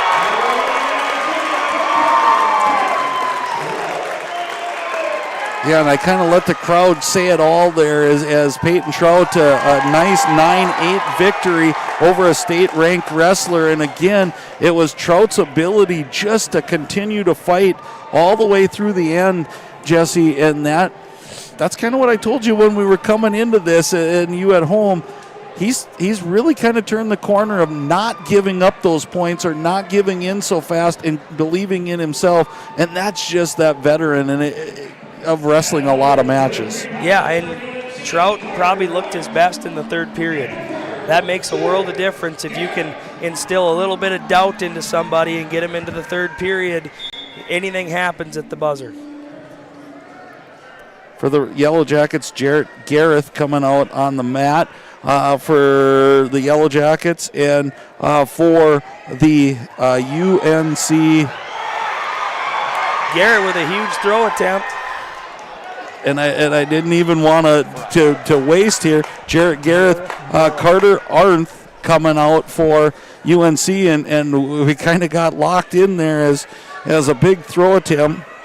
Another shot by Garrett on the edge there. New face for the Yellowjackets, but he's ready to roll. He's riding that tide of momentum up to this point. We'll see if he can continue to go. Gareth, not expected for us tonight, and somebody new at sophomore, I believe. Jesse, don't have a record on him. Arndt is a 9th grader, 11-8 on the season, and I think this one might end up in a pin the way these two are going, as they're both going for some high-flying action. 1 minute remaining, and again, those falls were unbelievable, but I'm leaning towards Trout here for the Steve Sanitation Wrestler of the match early on. Yeah, a lot of good resumes put in for that award. Jarrett doing a really good job here. In on a double. Aaron tried to flip him over here. We'll see if Jarrett can continue to work up. If he gets control of the hips, looks like Aaron's using his length a little bit on the edge here.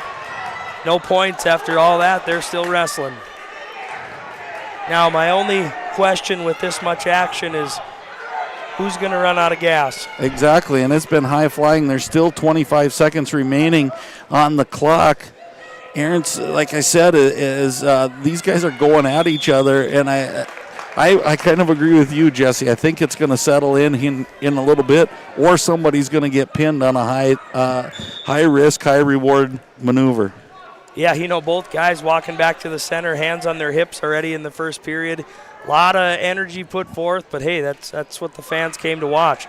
Jarrett doing a really nice job in on a single leg here, but Art with his length, he's kind of got some funky scrambles here. No points. We go to the second period, 0-0. Well, it looks like he just wanted to, more so than a wizard, drape over the top and kind of force pressure, shoulder pressure down on Jareth just to take him down to the mat that way. So all of that action, 0-0. So we're heading into the second. We have a caution on Gareth, I believe. I think they might have switched it. I think he originally put up green, but I think he switched it to red, but I could be wrong there. And the way this has gone is no stand-up going. It was going to be a roll to start with, and There's here we go to another there, roll. But Jareth doing a really good job settling in. Here we go. Rolling. Looks like Aaron might have the upper hand here. Jareth has got to bail out before it gets ugly, and again, giving up that arm, and this is probably what UNC needed. I know they thought they were going to get the 127, but nice job by Gareth getting 4 on that. Arndt with the 4-point near fall there again, and now going to the cradle. So definitely a cradle team, and he's got it locked in. And but he rolled, almost rolled too far. See if Jareth can fight on the edge here. That's pretty tight.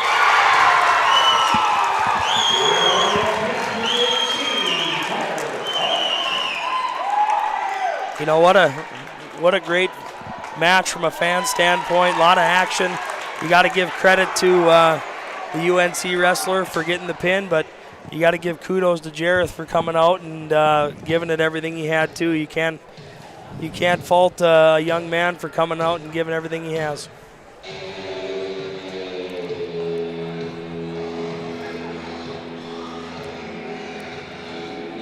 I think both coaches right now are looking at this is where that coin flip comes in to take place. Let's see who's coming out for both squads. Yeah, you know, and as these matches unfold, some quick math needs to be done to make sure you're on track.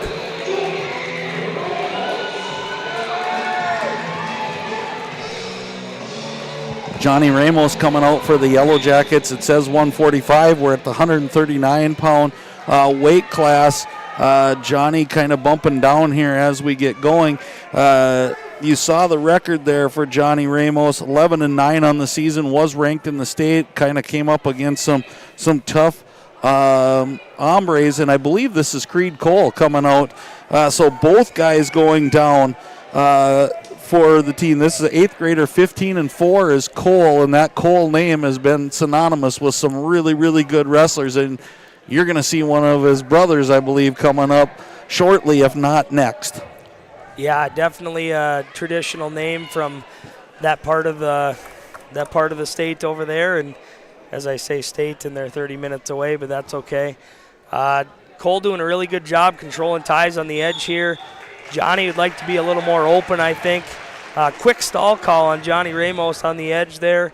That is kind of a new emphasis this year. If you're backing off the mat, you're going to get dinged for stalling, similar to how they call it in college. But again, so far the rule changes have really benefited the offensive wrestler, and it's been awesome from a fan point of view as well. And Johnny responds with a shot right off the bat there. We're 50 seconds remaining here in period number 1. That pin by Arndt was brought to you by EOT Insurance.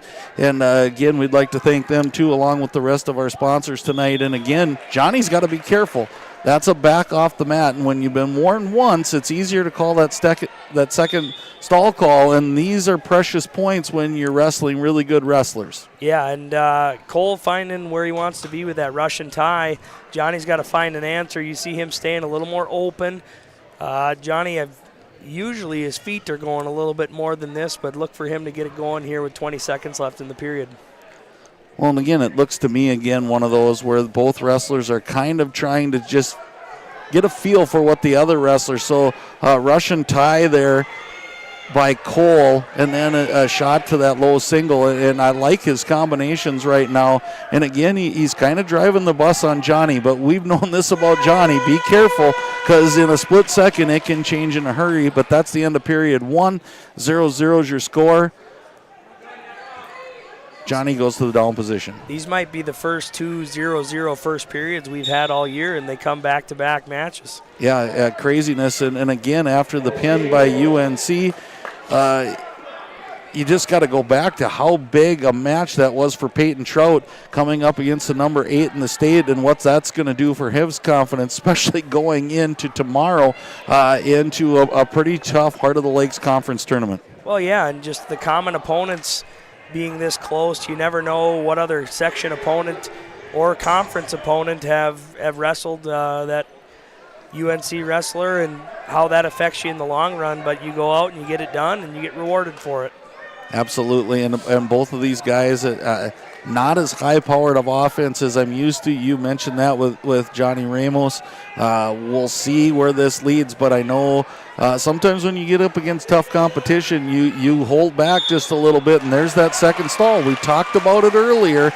He went off the mat once, got the call, went off again, didn't get it called, and I think that third time Mr. Baki's saying you got to get to the middle or at least try to circle in. Well, and then the nice part is I think stalling's being called more consistently across the whole state than it was. You know, there was a time where you would get down to the state tournament and you weren't sure how a ref was going to call it. I think this way, with the changes, it allows officials to have a little more confidence in calling that edge of the mat stuff as well. Well, every one of the changes that have been made, the 3 points for the takedown, the 2, 3, 4 near fall points, the 1 point on the edge of the mat that you can keep wrestling, the stall call, all lead to offensive wrestling. And I just think that betters the sport right now as everybody wants to see action. We're in a society now that really kind of thrives on that. So again, building that into our sport, I think it was nicely done, and it sure has been fun for us to call. 14 seconds remaining here. Not a whole lot of action on their feet so far. I think Cole is perfectly okay with this 1-1 match going into the third period. I assume he's probably going to take the down position, try to get his point, and he's going to be able to say, Johnny, you got to take me down. And that's the whole part of it. That's where that stall call really does affect. You think, well, it's 1 point, big deal. But now you get out of this, and with a 1 point escape or a 2 point reversal, and all, you're ahead now, and now you're putting that pressure on the other wrestler. Johnny, nice job by Johnny catch here. Cradle here. We'll see if he can work his way over. Looks like Cole maybe broke the grip. And now trying to elevate that hand across, and does get that escape to take a 2-1 lead on your Otter Tail Power scoreboard with 1:35 remaining in period number 3. 19-6 in favor of the Yellowjackets. Just a flurry of action to start this match, and here's Johnny in on a single. See, now the difference here is Johnny's wrestling with a little more fire. His feet were moving. He got right in on his takedown. Couple fakes, and he puts himself in a good position here. Now, a lot of time left. New 3-point takedown here. Anything can happen. Interesting here. Looks over to the coaching staff. They say let him up. He wasn't in a really good position. I think if he was in a good ride position, they would have seen how long. Makes it 4-3 right now. And again, there's a shot by Cole met by Ramos. Nice re-shot by Johnny on the edge here. This would be a big takedown for him to finish, but Cole with a roll attempt. Johnny ending up on top, could possibly get some near fall here.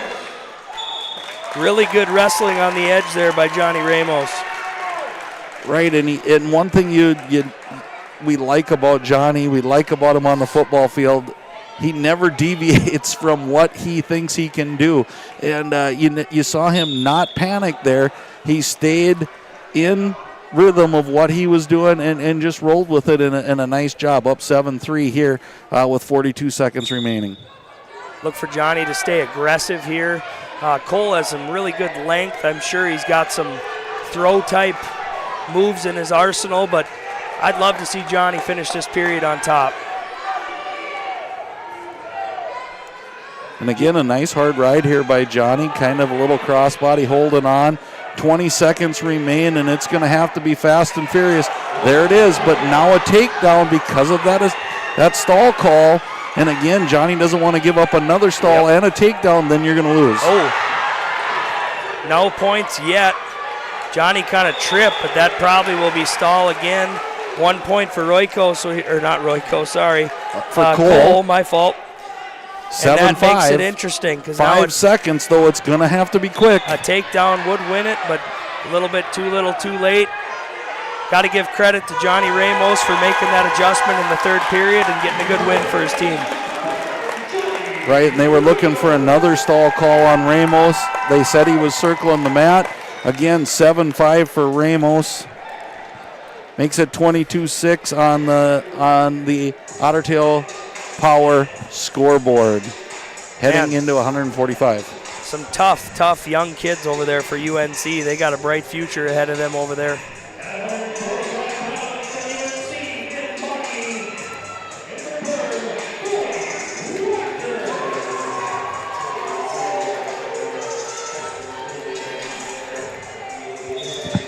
Brody Wacker coming out on the mat for the Yellowjackets.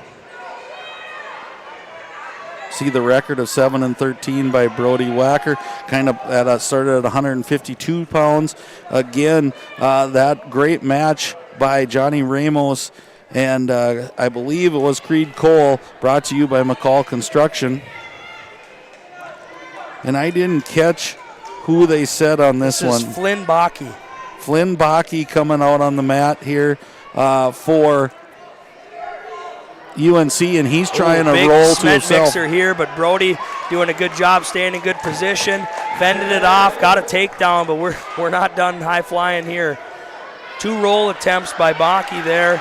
He's going to end up on top with a reversal. A lot of action in this match. Minute left in the first period. Look for Brody to control some hands here. Looks like Flynn likes to throw legs in there. He's got to be aware of where his head's at, where his hands are at all times here. Otherwise, that makes for some sore shoulders the next day. Boy, he looks like he's pretty confident on top, and he's really trying to just drag that over, and this is a tough spot to be in, especially with 35 seconds remaining. Brian Bakke doing a really good job watching that shoulder. You know, those little things by officials often go unnoticed by a crowd, but again, he's one of the best in the area. He's looking out for the safety of the wrestlers and giving them the best chance to have a great match. Brody to his feet, getting an escape. Flynn Bakke, 11-4 on the season so far for the Warriors, so obviously accomplished on the mat, and a nice escape there with seconds remaining here on the clock, and we haven't had much time to breathe with all the action tonight, and that's the way we like it. Cool part about this, couple of young freshmen out here going at it. Again, similar to the Trout match, probably not the last time these guys will see each other, or maybe they've wrestled in the past, but to see this young talent from both teams is just awesome to know that their programs are in great hands in the future.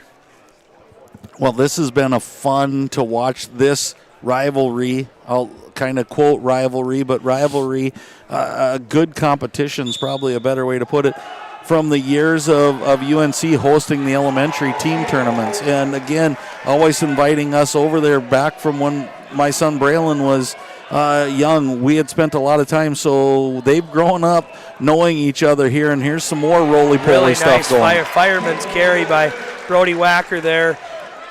He tried to attempt that in the first period, but this second period he kind of started it with a fake and got a little more committed to it and got the 3-point takedown. Just seems to me a little bit as we got a potentially dangerous situation here, and it might have been headgear. Yellowjackets have had a really nice start to the season, Jesse. It's just a different fire tonight, and as a coach, you and I both know you would love to figure out what makes that happen and reconstruct it every evening. But again, I just see the Yellowjackets very aggressive tonight. Yeah, Brody in on another shot, but kind of some more fireworks there by Bakke. See if Brody can continue to work to that shot. Bakke definitely looks like your high-risk, high-reward type wrestler. And again, he's just tough on shoulders. But again, you got to like what Brody Wacker's doing. He keeps driving into him. He's not taking the bait on some of the big rolls here. He's in a pretty good spot. If he can continue to control both hips rather than just one, he might get a 3-point takedown here. Bakke letting him wrestle. There he's to a double. There's a takedown. Nice job sticking with it by Brody Wacker. Boy, and one that I thought, and I don't think I'm just going to put my sense out there. This isn't over yet. No, there's another front Granby roll. Could turn in. That should be a reversal. for Baki with 15 seconds left in the period. 11-5 is your score, and you can see that Baki can score in bunches. That's Flynn on the mat. And again, you can see when he gets to the top, he really wants to put some pressure on your shoulders. And if nothing else, that's very wearing to the guy, even if you get out to get your offensive going. No doubt. And I wouldn't be surprised to see him take the top position. Well, coaches say go down here, but I imagine you want to take your 1 point here, get it 11-6, then you're 5 points away. Now, a big thing for Brody Wacker here is how do you finish the match? You know, you built yourself a great couple periods, but as we know in wrestling, you can wrestle 5 minutes and 50 seconds very well and still not walk away with a victory. So I like that Brody's continuing his action here. He's moving, he's staying in his positions here. Body lock attempt by Wacker, ends up on top. See if he can settle in here. Did he give any points yet? No points because of that arm, I believe, over the top of the shoulder. Again, now we got blood timeout. So again, we'd like to thank Perham Health. That was a wild ride there. We'd also like to thank New Horizons Realty for bringing you this match. They have been a great sponsor all the way along for us. And again, what a match, Jesse, and it has been just as fun as can be to watch all of the action here as we've went along. And again, 22-6 in favor of the Yellowjackets, but I think we're far from over on this one. Yeah, we talked about it at the beginning. You get to some of those upper weights for UNC, you might be heading into some deep water if you're the imposing team here. But again, if I'm Coach Vetch, I'm telling Brody Wacker, hey, that was a nice body lock, but let's stay below the waist here, just like he did there, working below the knee. If nothing else, if we don't get a takedown here, which it looks like he's very close to getting, really good job by Brody switching to a double. That's a beautiful takedown. I'll just keep my words to myself and let Brody do the action. Yeah, nice job. And now I think the Yellowjackets, it's one of those with 17-10, a minute remaining here. It's kind of that catch-22 if you let him up. I just think there's way too much firepower. Try to ride this out as long as you can. You've had a really good ride series. If you're Brody Wacker, again, try to waste as much time off this clock as you can because it takes one headlock and all of a sudden, and as I eat my words, well, they let him up. So 17-8, to me it takes one headlock and you're out of position. But it seems to me really good high crotch there. But again, Brody doing a nice job expecting the roll from Baki and defying all odds. He's just continuing to score points. So you got to love that out of a young freshman. I know Coach Vetch speaks very highly of Brody and how the potential that he has as a wrestler, and it's fun to come out and see him kind of dominate a match like this. Right, and I'm looking at our scoreboard here. I think it's 13-5.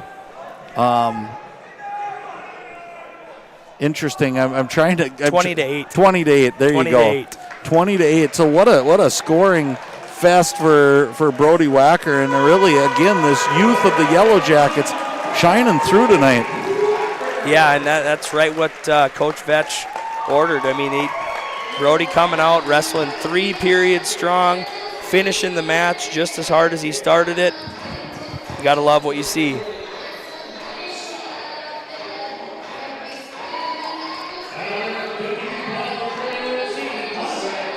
Well, I can honestly say I was hoping for a hot start from the Yellowjackets. I wasn't quite expecting this. I mean, this is, like you said, kind of a different level from the Yellowjackets that we've seen so far this year. And don't get the switch around has happened. 152 pounds. Carson Zeise coming out for the Yellowjackets. He has a 15-9 record, and this is one of those key matchups that we talked about earlier, Jesse, as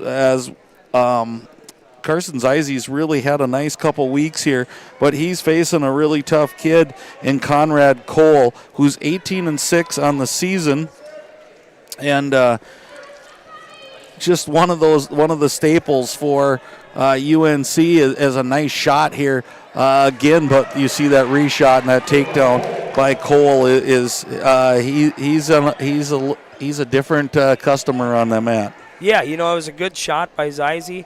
I think the biggest thing, if you can get 2 hands to that leg as quickly as possible, is a good, you'd want your wrestler to take that shot. Just Conrad Cole did a really nice job countering right on the edge there. And I appreciate that about Coach Vetch, all of his staff. They're teaching aggressiveness, and it doesn't matter if you're going out on someone that you think you should beat or someone that might be favored above you. You're going to go out and wrestle your style of match and go after it, and I can respect that because it's really fun to call, and Carson Zize just happens to draw one of the tough customers. But what we know about Carson Zize is most of the time he's up to that match. Yeah, no doubt. Not many people are going to outwork him, I can guarantee you that. Cole with a nice job kind of sneaking that armbar in right off the breakdown, stopped his first move. Carson doing a really good job of just being tough in that position. There's no other way to describe fighting an armbar than just being tough. And the part is he did what he could do. He tried to stand up out of it. Usually you get a potentially dangerous. Impressive that Cole could stay in that and not get the potentially dangerous. There's only 15 seconds remaining as he's still working it here, and it's going to have to go pretty fast. There's a stall, and now one swipe and then nothing. 3 seconds. I don't think we're going to get the swipe here. And again, it was going to be potentially dangerous, I think, and get stopped by Baki anyways. But nice job by Zize kind of rolling through that. He does get a stall call, so let's remember that coming up as we get going. That was one thing I always wondered about was getting a stall call when you're in an arm bar. I mean, you're kind of in a helpless position at that point, but I've never officiated a wrestling match, so he knows much more than I do. And we want to thank Perham Health for our blood timeout, and we'll step away and we'll be back with this 152-pound match. What sets the world's leading hospitals apart from the rest? It's their continued ability to deliver the highest quality patient care. Perham Health is honored to be a top 10 Minnesota hospital. Patients experience it, and Newsweek has recognized it.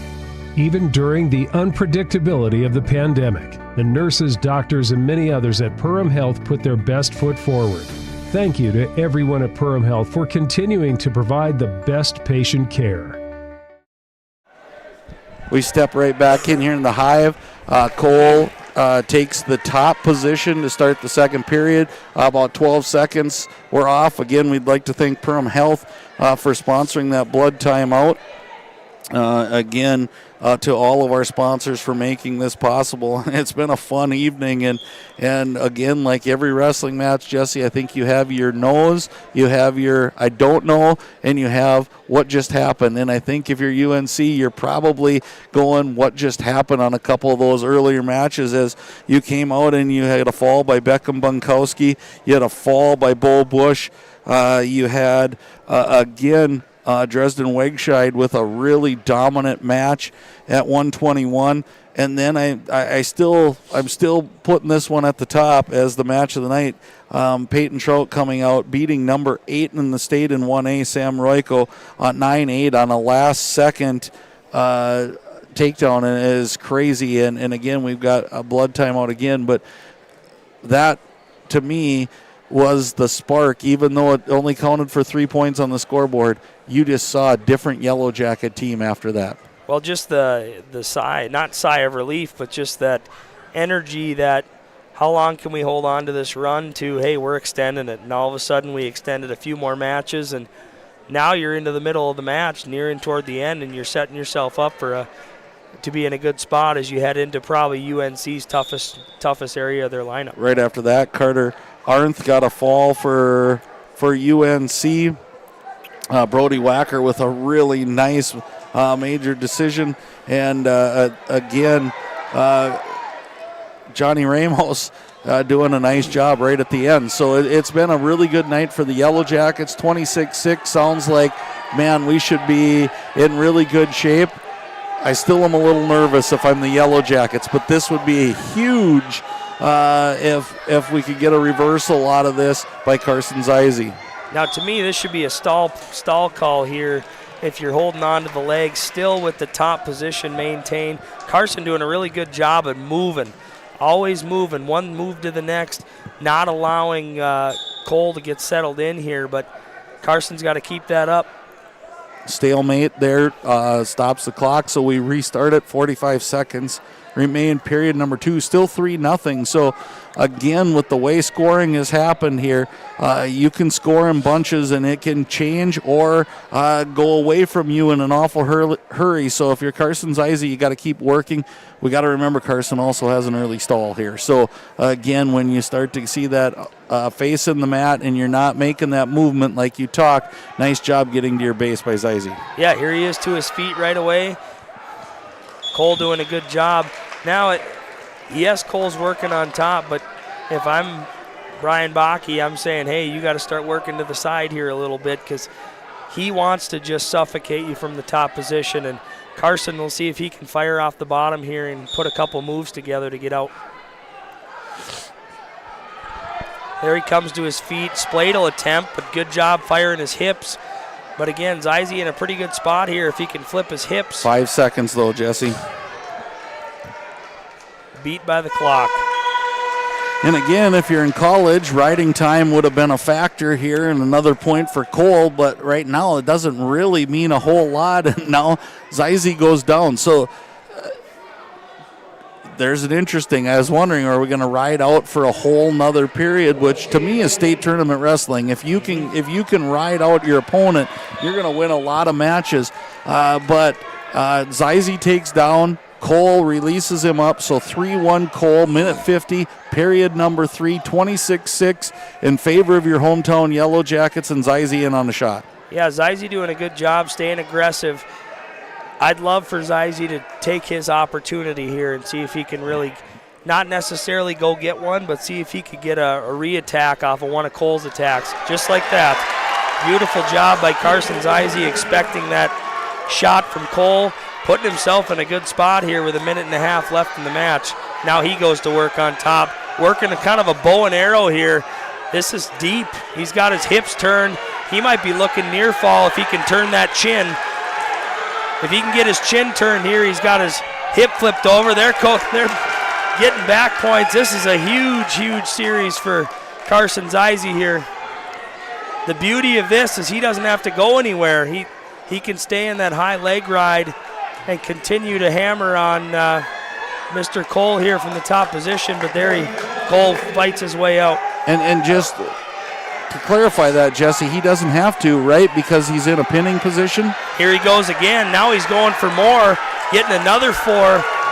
This would put Zeise up by a major decision if he can continue to work this. Looks like another 4. So the 12-3, so we now are in the major, up by 9. So again, an escape. And Zeise's keeping that Iowa, that leg hooked in the back there, allowing for some spots. Boy, you see that confidence in him right now. 15 seconds remaining, Jesse. Yeah, this is where if you're a coach, you're saying, hey, 1, not 2. We got to be a little careful. There should be more swipes. And Zeise's going to get another ranked win this evening. And the tide just keeps going for the Yellowjackets.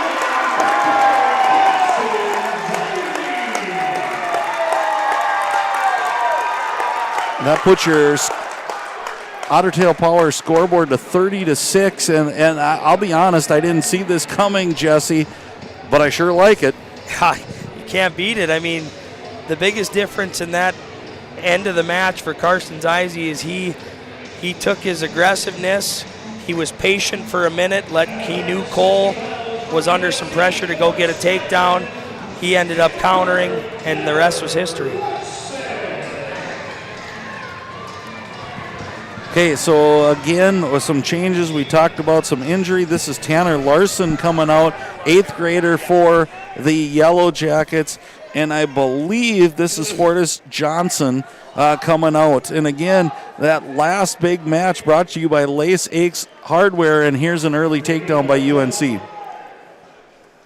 Yeah, another young wrestler for the Yellowjackets, probably getting his debut, I would imagine. No better way to do it than at home. Johnson, a junior for the Warriors, 9-4 on the season. Again, the kind of, I think, maybe the debut for Tanner Larson. And again, coming in against a tough hombre. You're seeing these middle weight classes really wanting to put the legs in and then really stretch out the opponent and put some serious pressure on those shoulders. And again, we haven't seen many points delivered out of that until now.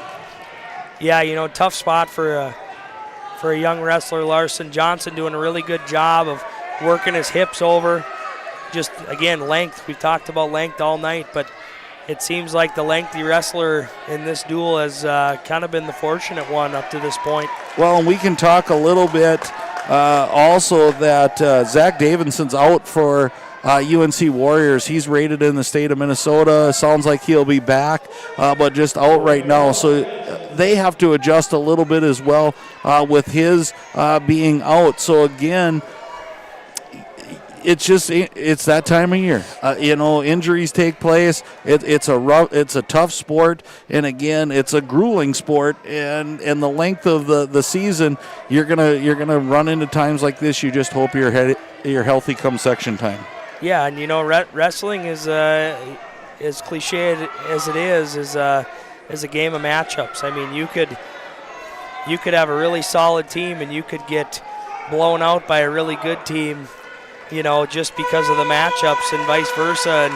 And regardless of what the score is tonight, both these programs are in a very good place heading into the later part of the season, and looking forward to the end here. Well, what I love about it is stands are 3/4 full. Jesse, you can feel the love of the sport of wrestling here tonight. And both of these programs, with their storied traditions, they bring a fan base with them. And that's what wrestling's all about. And it's got to be fun for these kids to walk in. The lights are down. The spotlight's on you in the middle of the mat. We got a stall here on Larson.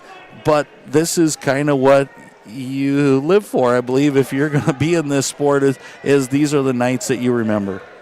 Well, and we're blessed here in Perham to have this beautiful facility, and I just think back to how I wish I could have wrestled in something like this as my home gym. Not taking anything away from the middle school, because I loved it over there too, but just you have to take some moments and look up and just appreciate the environment you get to participate in every day. And here Johnson's up 11-0. Minute 22 left in the clock in the second. Larson's doing a nice job struggling. It's just you can see that kind of, we talked about the difference between young man and grown-up man muscle, and you're seeing the difference right now of that. But these are the things that light the fire for some of these younger wrestlers as you see them get their opportunity and they go, man, I want to be out there again. This is a lot of fun when the lights go down and everybody's cheering. So again, another potentially dangerous 11-0 is your score. 103 left on the clock. We're at 160 pounds, so we've got some really good wrestling to come yet. And this one is brought to you by Jack Chivers Realty. Yeah, I think every wrestler, young or old, has a story of their first varsity match, or the first time they, kind of got it, give it to them, and it's just part of growing up. It's part of the sport, and it's a memory someday you'll look back and smile at. And even though right now it may not be as enjoyable, but Johnson doing a really good job working those high power halves and. Just again, length. He's a lengthy wrestler, working a double grapevine, as the old Larry Mullins always says. Speaking of Larry, these singlets tonight by the Yellowjackets were an idea of Larry's, kind of donning the go for gold for championships. So it's good to see these singlets still up and kicking. And it looks like Johnson's 2 seconds settling in, but Larson fighting like crazy, and you got to love the fight out of the young Yellowjacket. And again, this is nice job, actually saving some points there by Larson, and again, it gives some bonus points there, obviously, for UNC. But nice job by young Mr. Larson on maybe his debut here.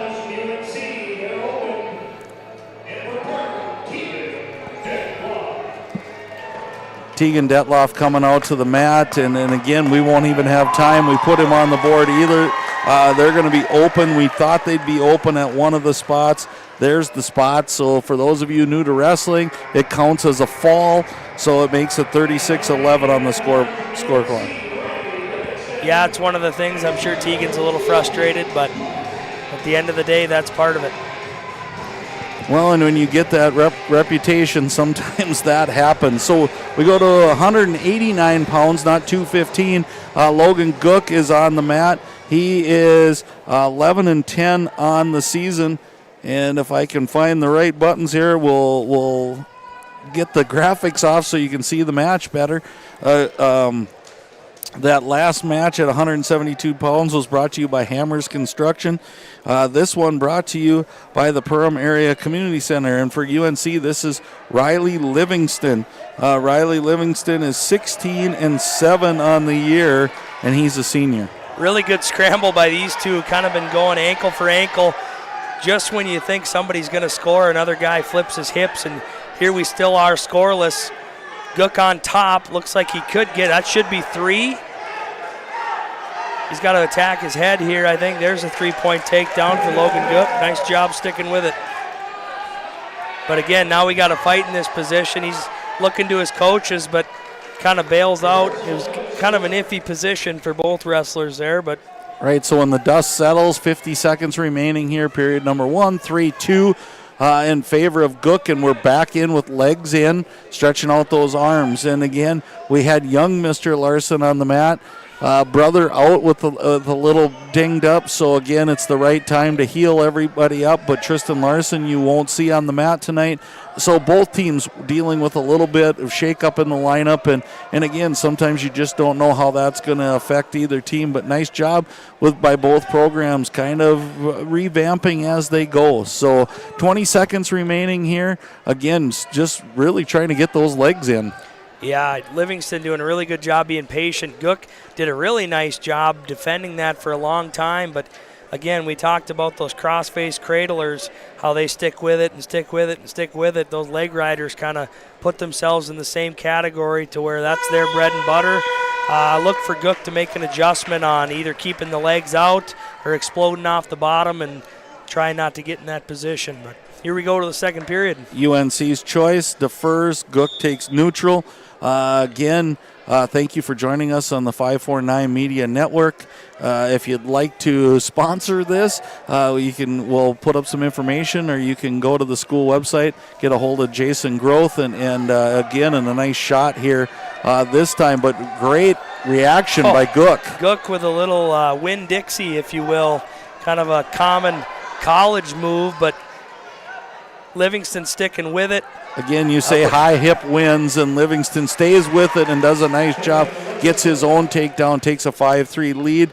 Update here on the 549 Media Network. The Yellowjackets boys basketball team fall in Pequot Lakes 51-42. So a valiant effort. Pequot Lakes team that took the number 1 team in the state to a 6-point game or a 5-point game here a week ago. So Yellowjackets battling tough. Coach Haberman and his staff doing a really nice job with that program as well. A lot of great things happening here in the home of the Yellowjackets. Livingston kind of back into his throwing both boots in here, working a hard power half. Gook doing a good job defending. As long as he keeps working, it seems like Mr. Baki's going to let him keep wrestling here. But cradle attempt by Livingston. Looks like he's got it locked. Gook's got to try to stay big here.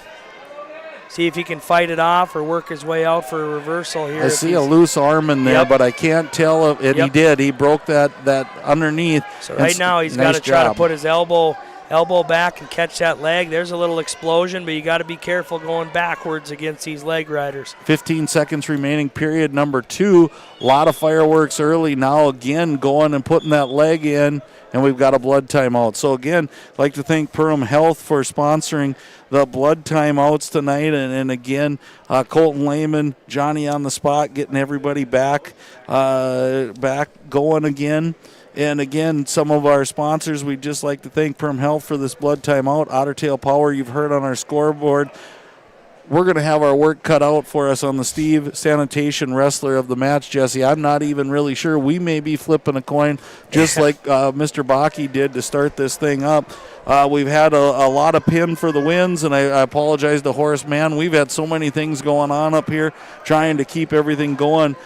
Things we'll think about is the big move of a match by KLN and the money move by United Community Bank, and I think we're going to have plenty to fit the bill as we get going. So Livingston back on the arm tilt here. Nice job by Gook. He's going to end up on top here with a reversal. Right at the buzzer. Going to tie the match 5-5 heading into the third period. Man, it looked like for sure 3 almost, if not 4, was going to happen by Livingston, and Gook did a nice job. And one thing, he's taken after his brothers. You never count them out no matter what position they're put in, because it's crazy. And again, here we go with a little taste of your own medicine here. Gook throws both boots in. Looks like he's getting a little too high. Look for Logan to try to work. Looks like Livingston doing a good job getting that reversal. And you hate to say too aggressive, but it almost looked like Logan got a little too aggressive there, Jesse. And when he tried for that cross-face cradle, he swooped, got up high on the back shoulders, and allowed Livingston to come out the backside there. Yeah, I love the confidence. Now the technique just has to follow a little bit. Livingston just kind of, again, getting into a rolling match here, which could get interesting. Now Livingston's a little bit high. Gook working to throw that leg. Again. Well, Livingston turns into it, though, and almost exposes the back, and now he's in a good position. Yeah, and I think if you're Gook, you're looking for, hey, can I get to my base? Can I force something in the rolling game, end up on top, either tying the match or maybe for some near fall toward the end of the match here to give myself a chance to win. And I'm going to show my naiveness of wrestling to the sport. You can't parallel ride and it's a stall, but you can put legs in and do the exact same thing and it's not a stall. And so I fought my sons just yelling that when they were in that position, how can that not be a stall when you call it one way? But in theory, you're being more offensive when you put those legs in. Yeah, you're working toward near fall, I believe is the term. So, again, we'll see what happens here. Gook traps the head, giving himself a chance here. Let's see if he can roll, force something with 10 seconds left. One big attempt here. We'll see what happens. He's going to roll. But Livingston doing a good job staying on top, kind of staying hooked. And I don't think he's going to get enough. And if you're Livingston, you live dangerously because you'd rather give 1, not 2. But that's going to go 7-5 in the favor of Livingston. Put 3 more points on the board. Again, a little too late for and we can go back. We'll recap this thing the best we can as it's been crazy. But a little too late, and I think they had about 3 matches they thought they could win. Yeah, good effort there by Logan Gook. From a coaching standpoint, a couple little minor tweaks there, and we're right in business. So this is kind of the wrestler I think all of us came to see tonight, and this is Eli Royko taking on John Stake here at 215 pounds. We saw John Stake's record on the screen, and Royko is a sophomore, Jesse, at 215 pounds. You just see his athletic ability, and he doesn't feel like he's in a bad spot. And I thought he was going to be in a bad spot on that tilt, but he comes out with 3. Royko is 16-4 on the season, rated 4th in Class A as a sophomore, and already up 12-2, and we haven't even had a minute of time yet. So you can see offensive juggernaut coming onto the mat in Royko, and if you're John Stake, you can't look at the scoreboard now. You just keep wrestling and doing what you can do. Yeah, I remember hearing about Mr. Eli Royko when he was younger. A lot of my connections over in the UNC area told me, look out for this kid because he's coming up the pipe, and he is not disappointed. A nice crossface cradle there. Again, very, very good wrestler from UNC. Yeah, and that puts 6 more points on the board, and like we said, just a little bit too late.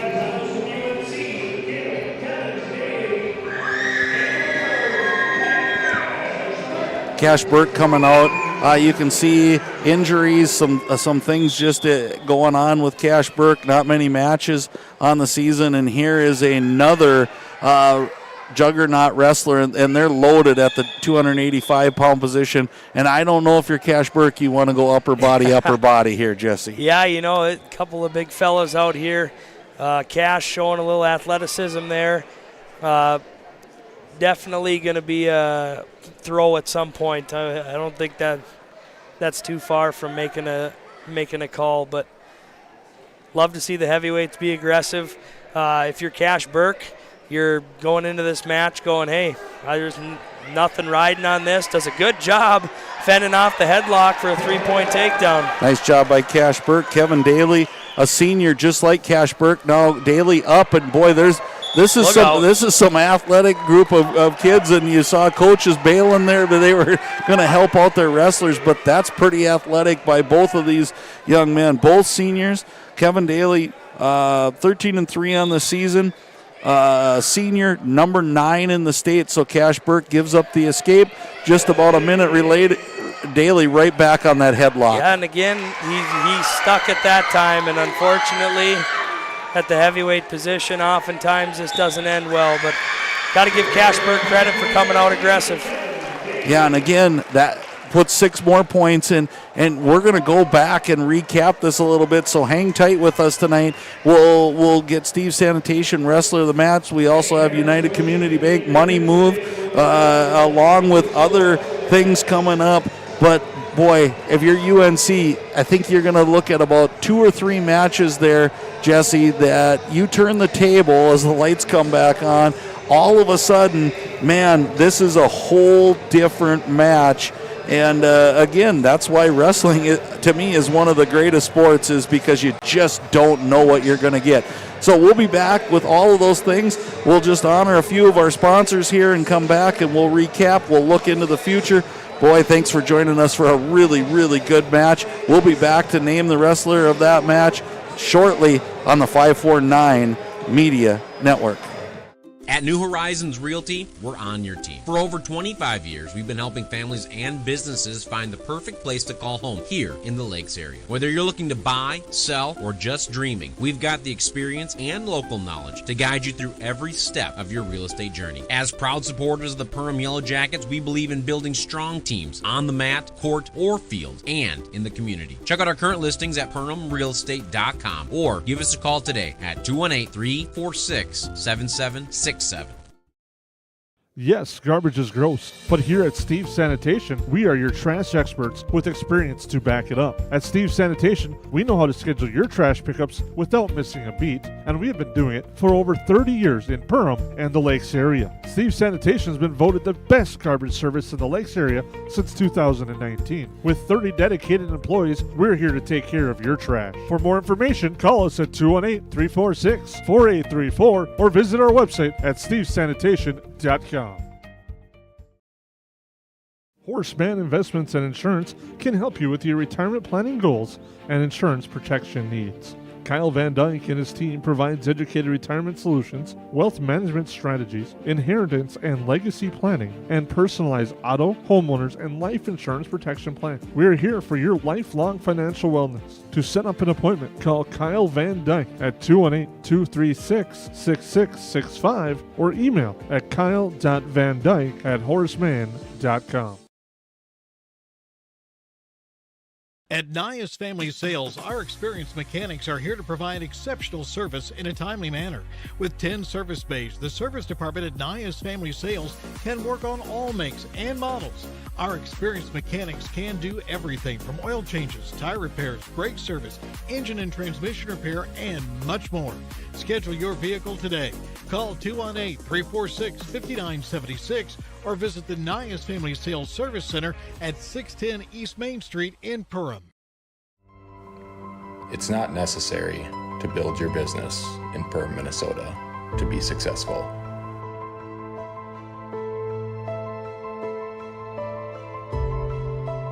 But it sure does help.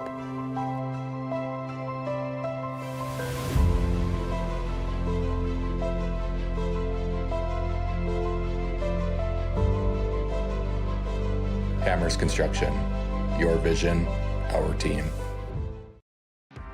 Hilltop Lumber on Main Street Otter Tail is your #1 stop to find building supplies for residential and commercial projects. From the initial idea to final completion of your project, at Hilltop Lumber, we help plan, supply, and deliver dreams.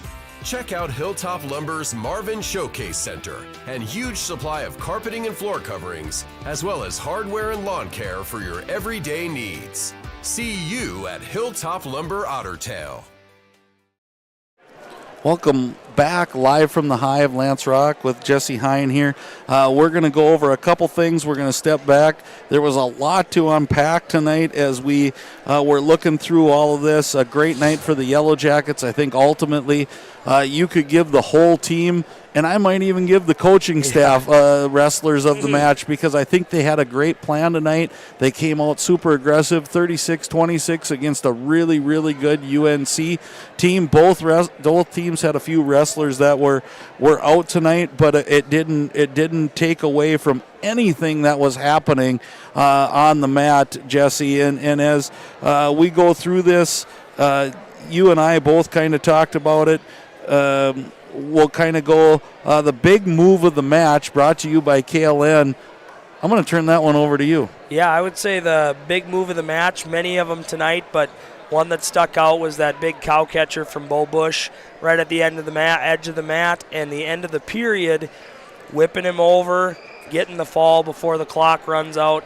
Big time pin for the Jackets in a time when they needed to continue to keep things rolling. So congratulations, Bo Bush. So congrats to Bo Bush, your KLN big move of the match. We'll kind of skip through. We'll go to the United Community Bank money move, and it's one of those that, boy, it would have been ironic if it would have been Cash Burke, and he wrestled a really tough because cash and money. But again, boy, Cash battled a good one. But the money move of the match today, Jesse, I think was one of those that we probably will go home tonight and rewatch again. Yeah. We're going to go money move of the night to Peyton Trout tonight. Nothing flashy in the move, but again, sticking with it, getting a takedown right at the end of the period, edge of the mat. I know that's a common theme for a lot of these takedowns, but against a ranked wrestler, picking up a absolutely huge victory for the Yellowjackets and for himself, sticking with it the whole match, adjusting to a couple things that weren't going his way and finding himself victorious. So Peyton Trout with the money move of the match. And again, he threw his name in the hat for sure. He was our wrestler of the Steve Sanitation wrestler of the match last home event, and knocking off the number 8 wrestler in 1A. Great night for Peyton Trout. We're going to come back. We have a couple things that we need to wrap up yet. We'll have our Steve Sanitation wrestler of the match. We'll highlight and kind of remind you of what's coming up tomorrow. And again, then we will close up here on the 549 Media Network. Come back for the Steve Sanitation wrestler of the match. Energy-efficient technologies have the power to connect us all, so we can save more than ever before. Evolve and make choices that are smart for you, for them, and for all of us. Because with energy-efficient technologies, we can connect to a better, smarter home. Horseman Investments and Insurance can help you with your retirement planning goals and insurance protection needs. Kyle Van Dyke and his team provides educated retirement solutions, wealth management strategies, inheritance and legacy planning, and personalized auto, homeowners, and life insurance protection plans. We are here for your lifelong financial wellness. To set up an appointment, call Kyle Van Dyke at 218-236-6665 or email at kyle.vandyke@horseman.com. When you're running a business, you don't have time for doubt. You need a banking partner you can trust, one who is as invested in the success of your business as you are, and has all the products and services you need under one roof. At Bremer Bank, we're here to listen and learn, because you know your business best, and we'll back you up with insightful advice and personalized solutions that help you achieve your goals. Work with Bremer Bank, because understanding is everything.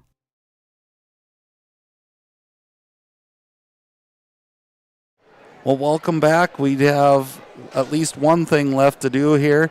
And again, it's been a fun night here of Yellowjacket wrestling. And again, leading up into tomorrow, a lot of these guys are going to be flying high going into the conference meet. We'll talk about that a little bit in a little bit, Jesse, but I think right now we need to talk about the Steve Sanitation wrestler of the match. Yeah, we're going to go tonight. Again, lots of guys putting their resume in for this award tonight, but got to give it to Carson Zeise, coming out against a ranked wrestler,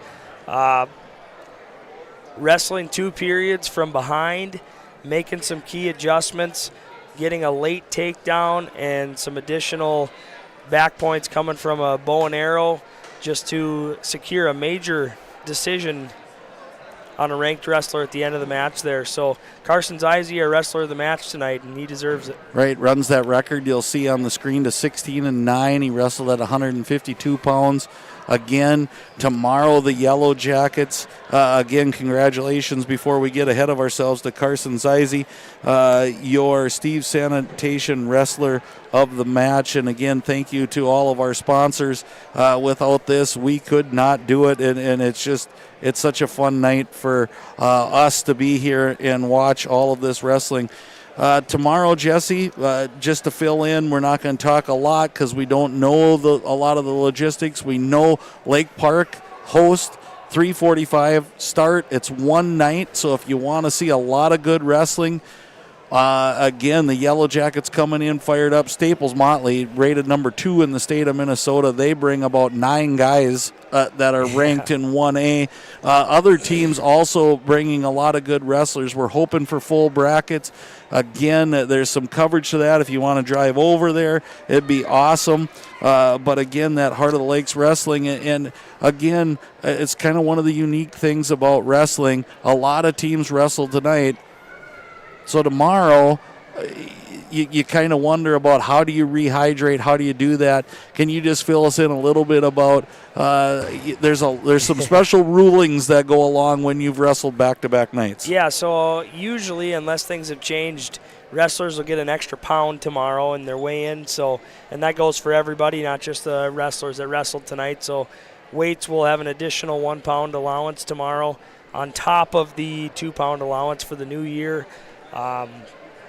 Tonight, if you're a guy like Peyton Trout or Carson Zeise who wrestled 6 minutes in a tough match, your weight's probably in a good spot. But, guys like Tegan Detloff or anybody else who got a quick pin, you may have to do a little work tonight and just make sure you're in a good spot to be on weight tomorrow. And those are the guys you see jumping rope off to the side. And I remember when it was tough matches like this, like you said, you go that 6 minutes and your metabolism kind of kicks in all night long. So you might wake up way under, and that's the time you have that really good breakfast that gets you ready for the rest of that day. So, again, the Yellowjackets, not a lot of rest, but they're not the only team coming into tomorrow's competition. I know Frazee was involved in a competition, and there were a lot of things going on as we get going. But a great night by the Yellowjackets, 36-26 on your Otter Tail Power scoreboard tonight. Again, thank you to all of our sponsors. Thank you to Jesse for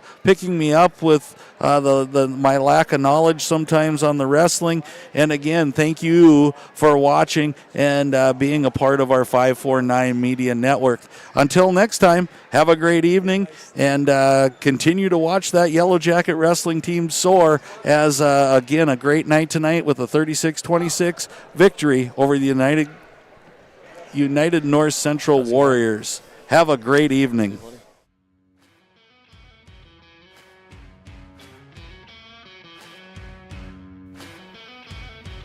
Thank you for tuning in to tonight's 549 media production of Perham Yellowjacket activities. Tonight's broadcast was proudly brought to you by KLN Family Brands, Perham Health, and United Community Bank. Tonight's game was also brought to you by EOT Insurance, Hammers Construction, Horace Mann, Jack Chivers Realty, and Lakes Ace Hardware. Tonight's broadcast was also brought to you by these proud sponsors: New Horizons Realty, Nice Family Sales, Otter Tail Power Company, McCall Construction, and Henson's Plumbing and Heating.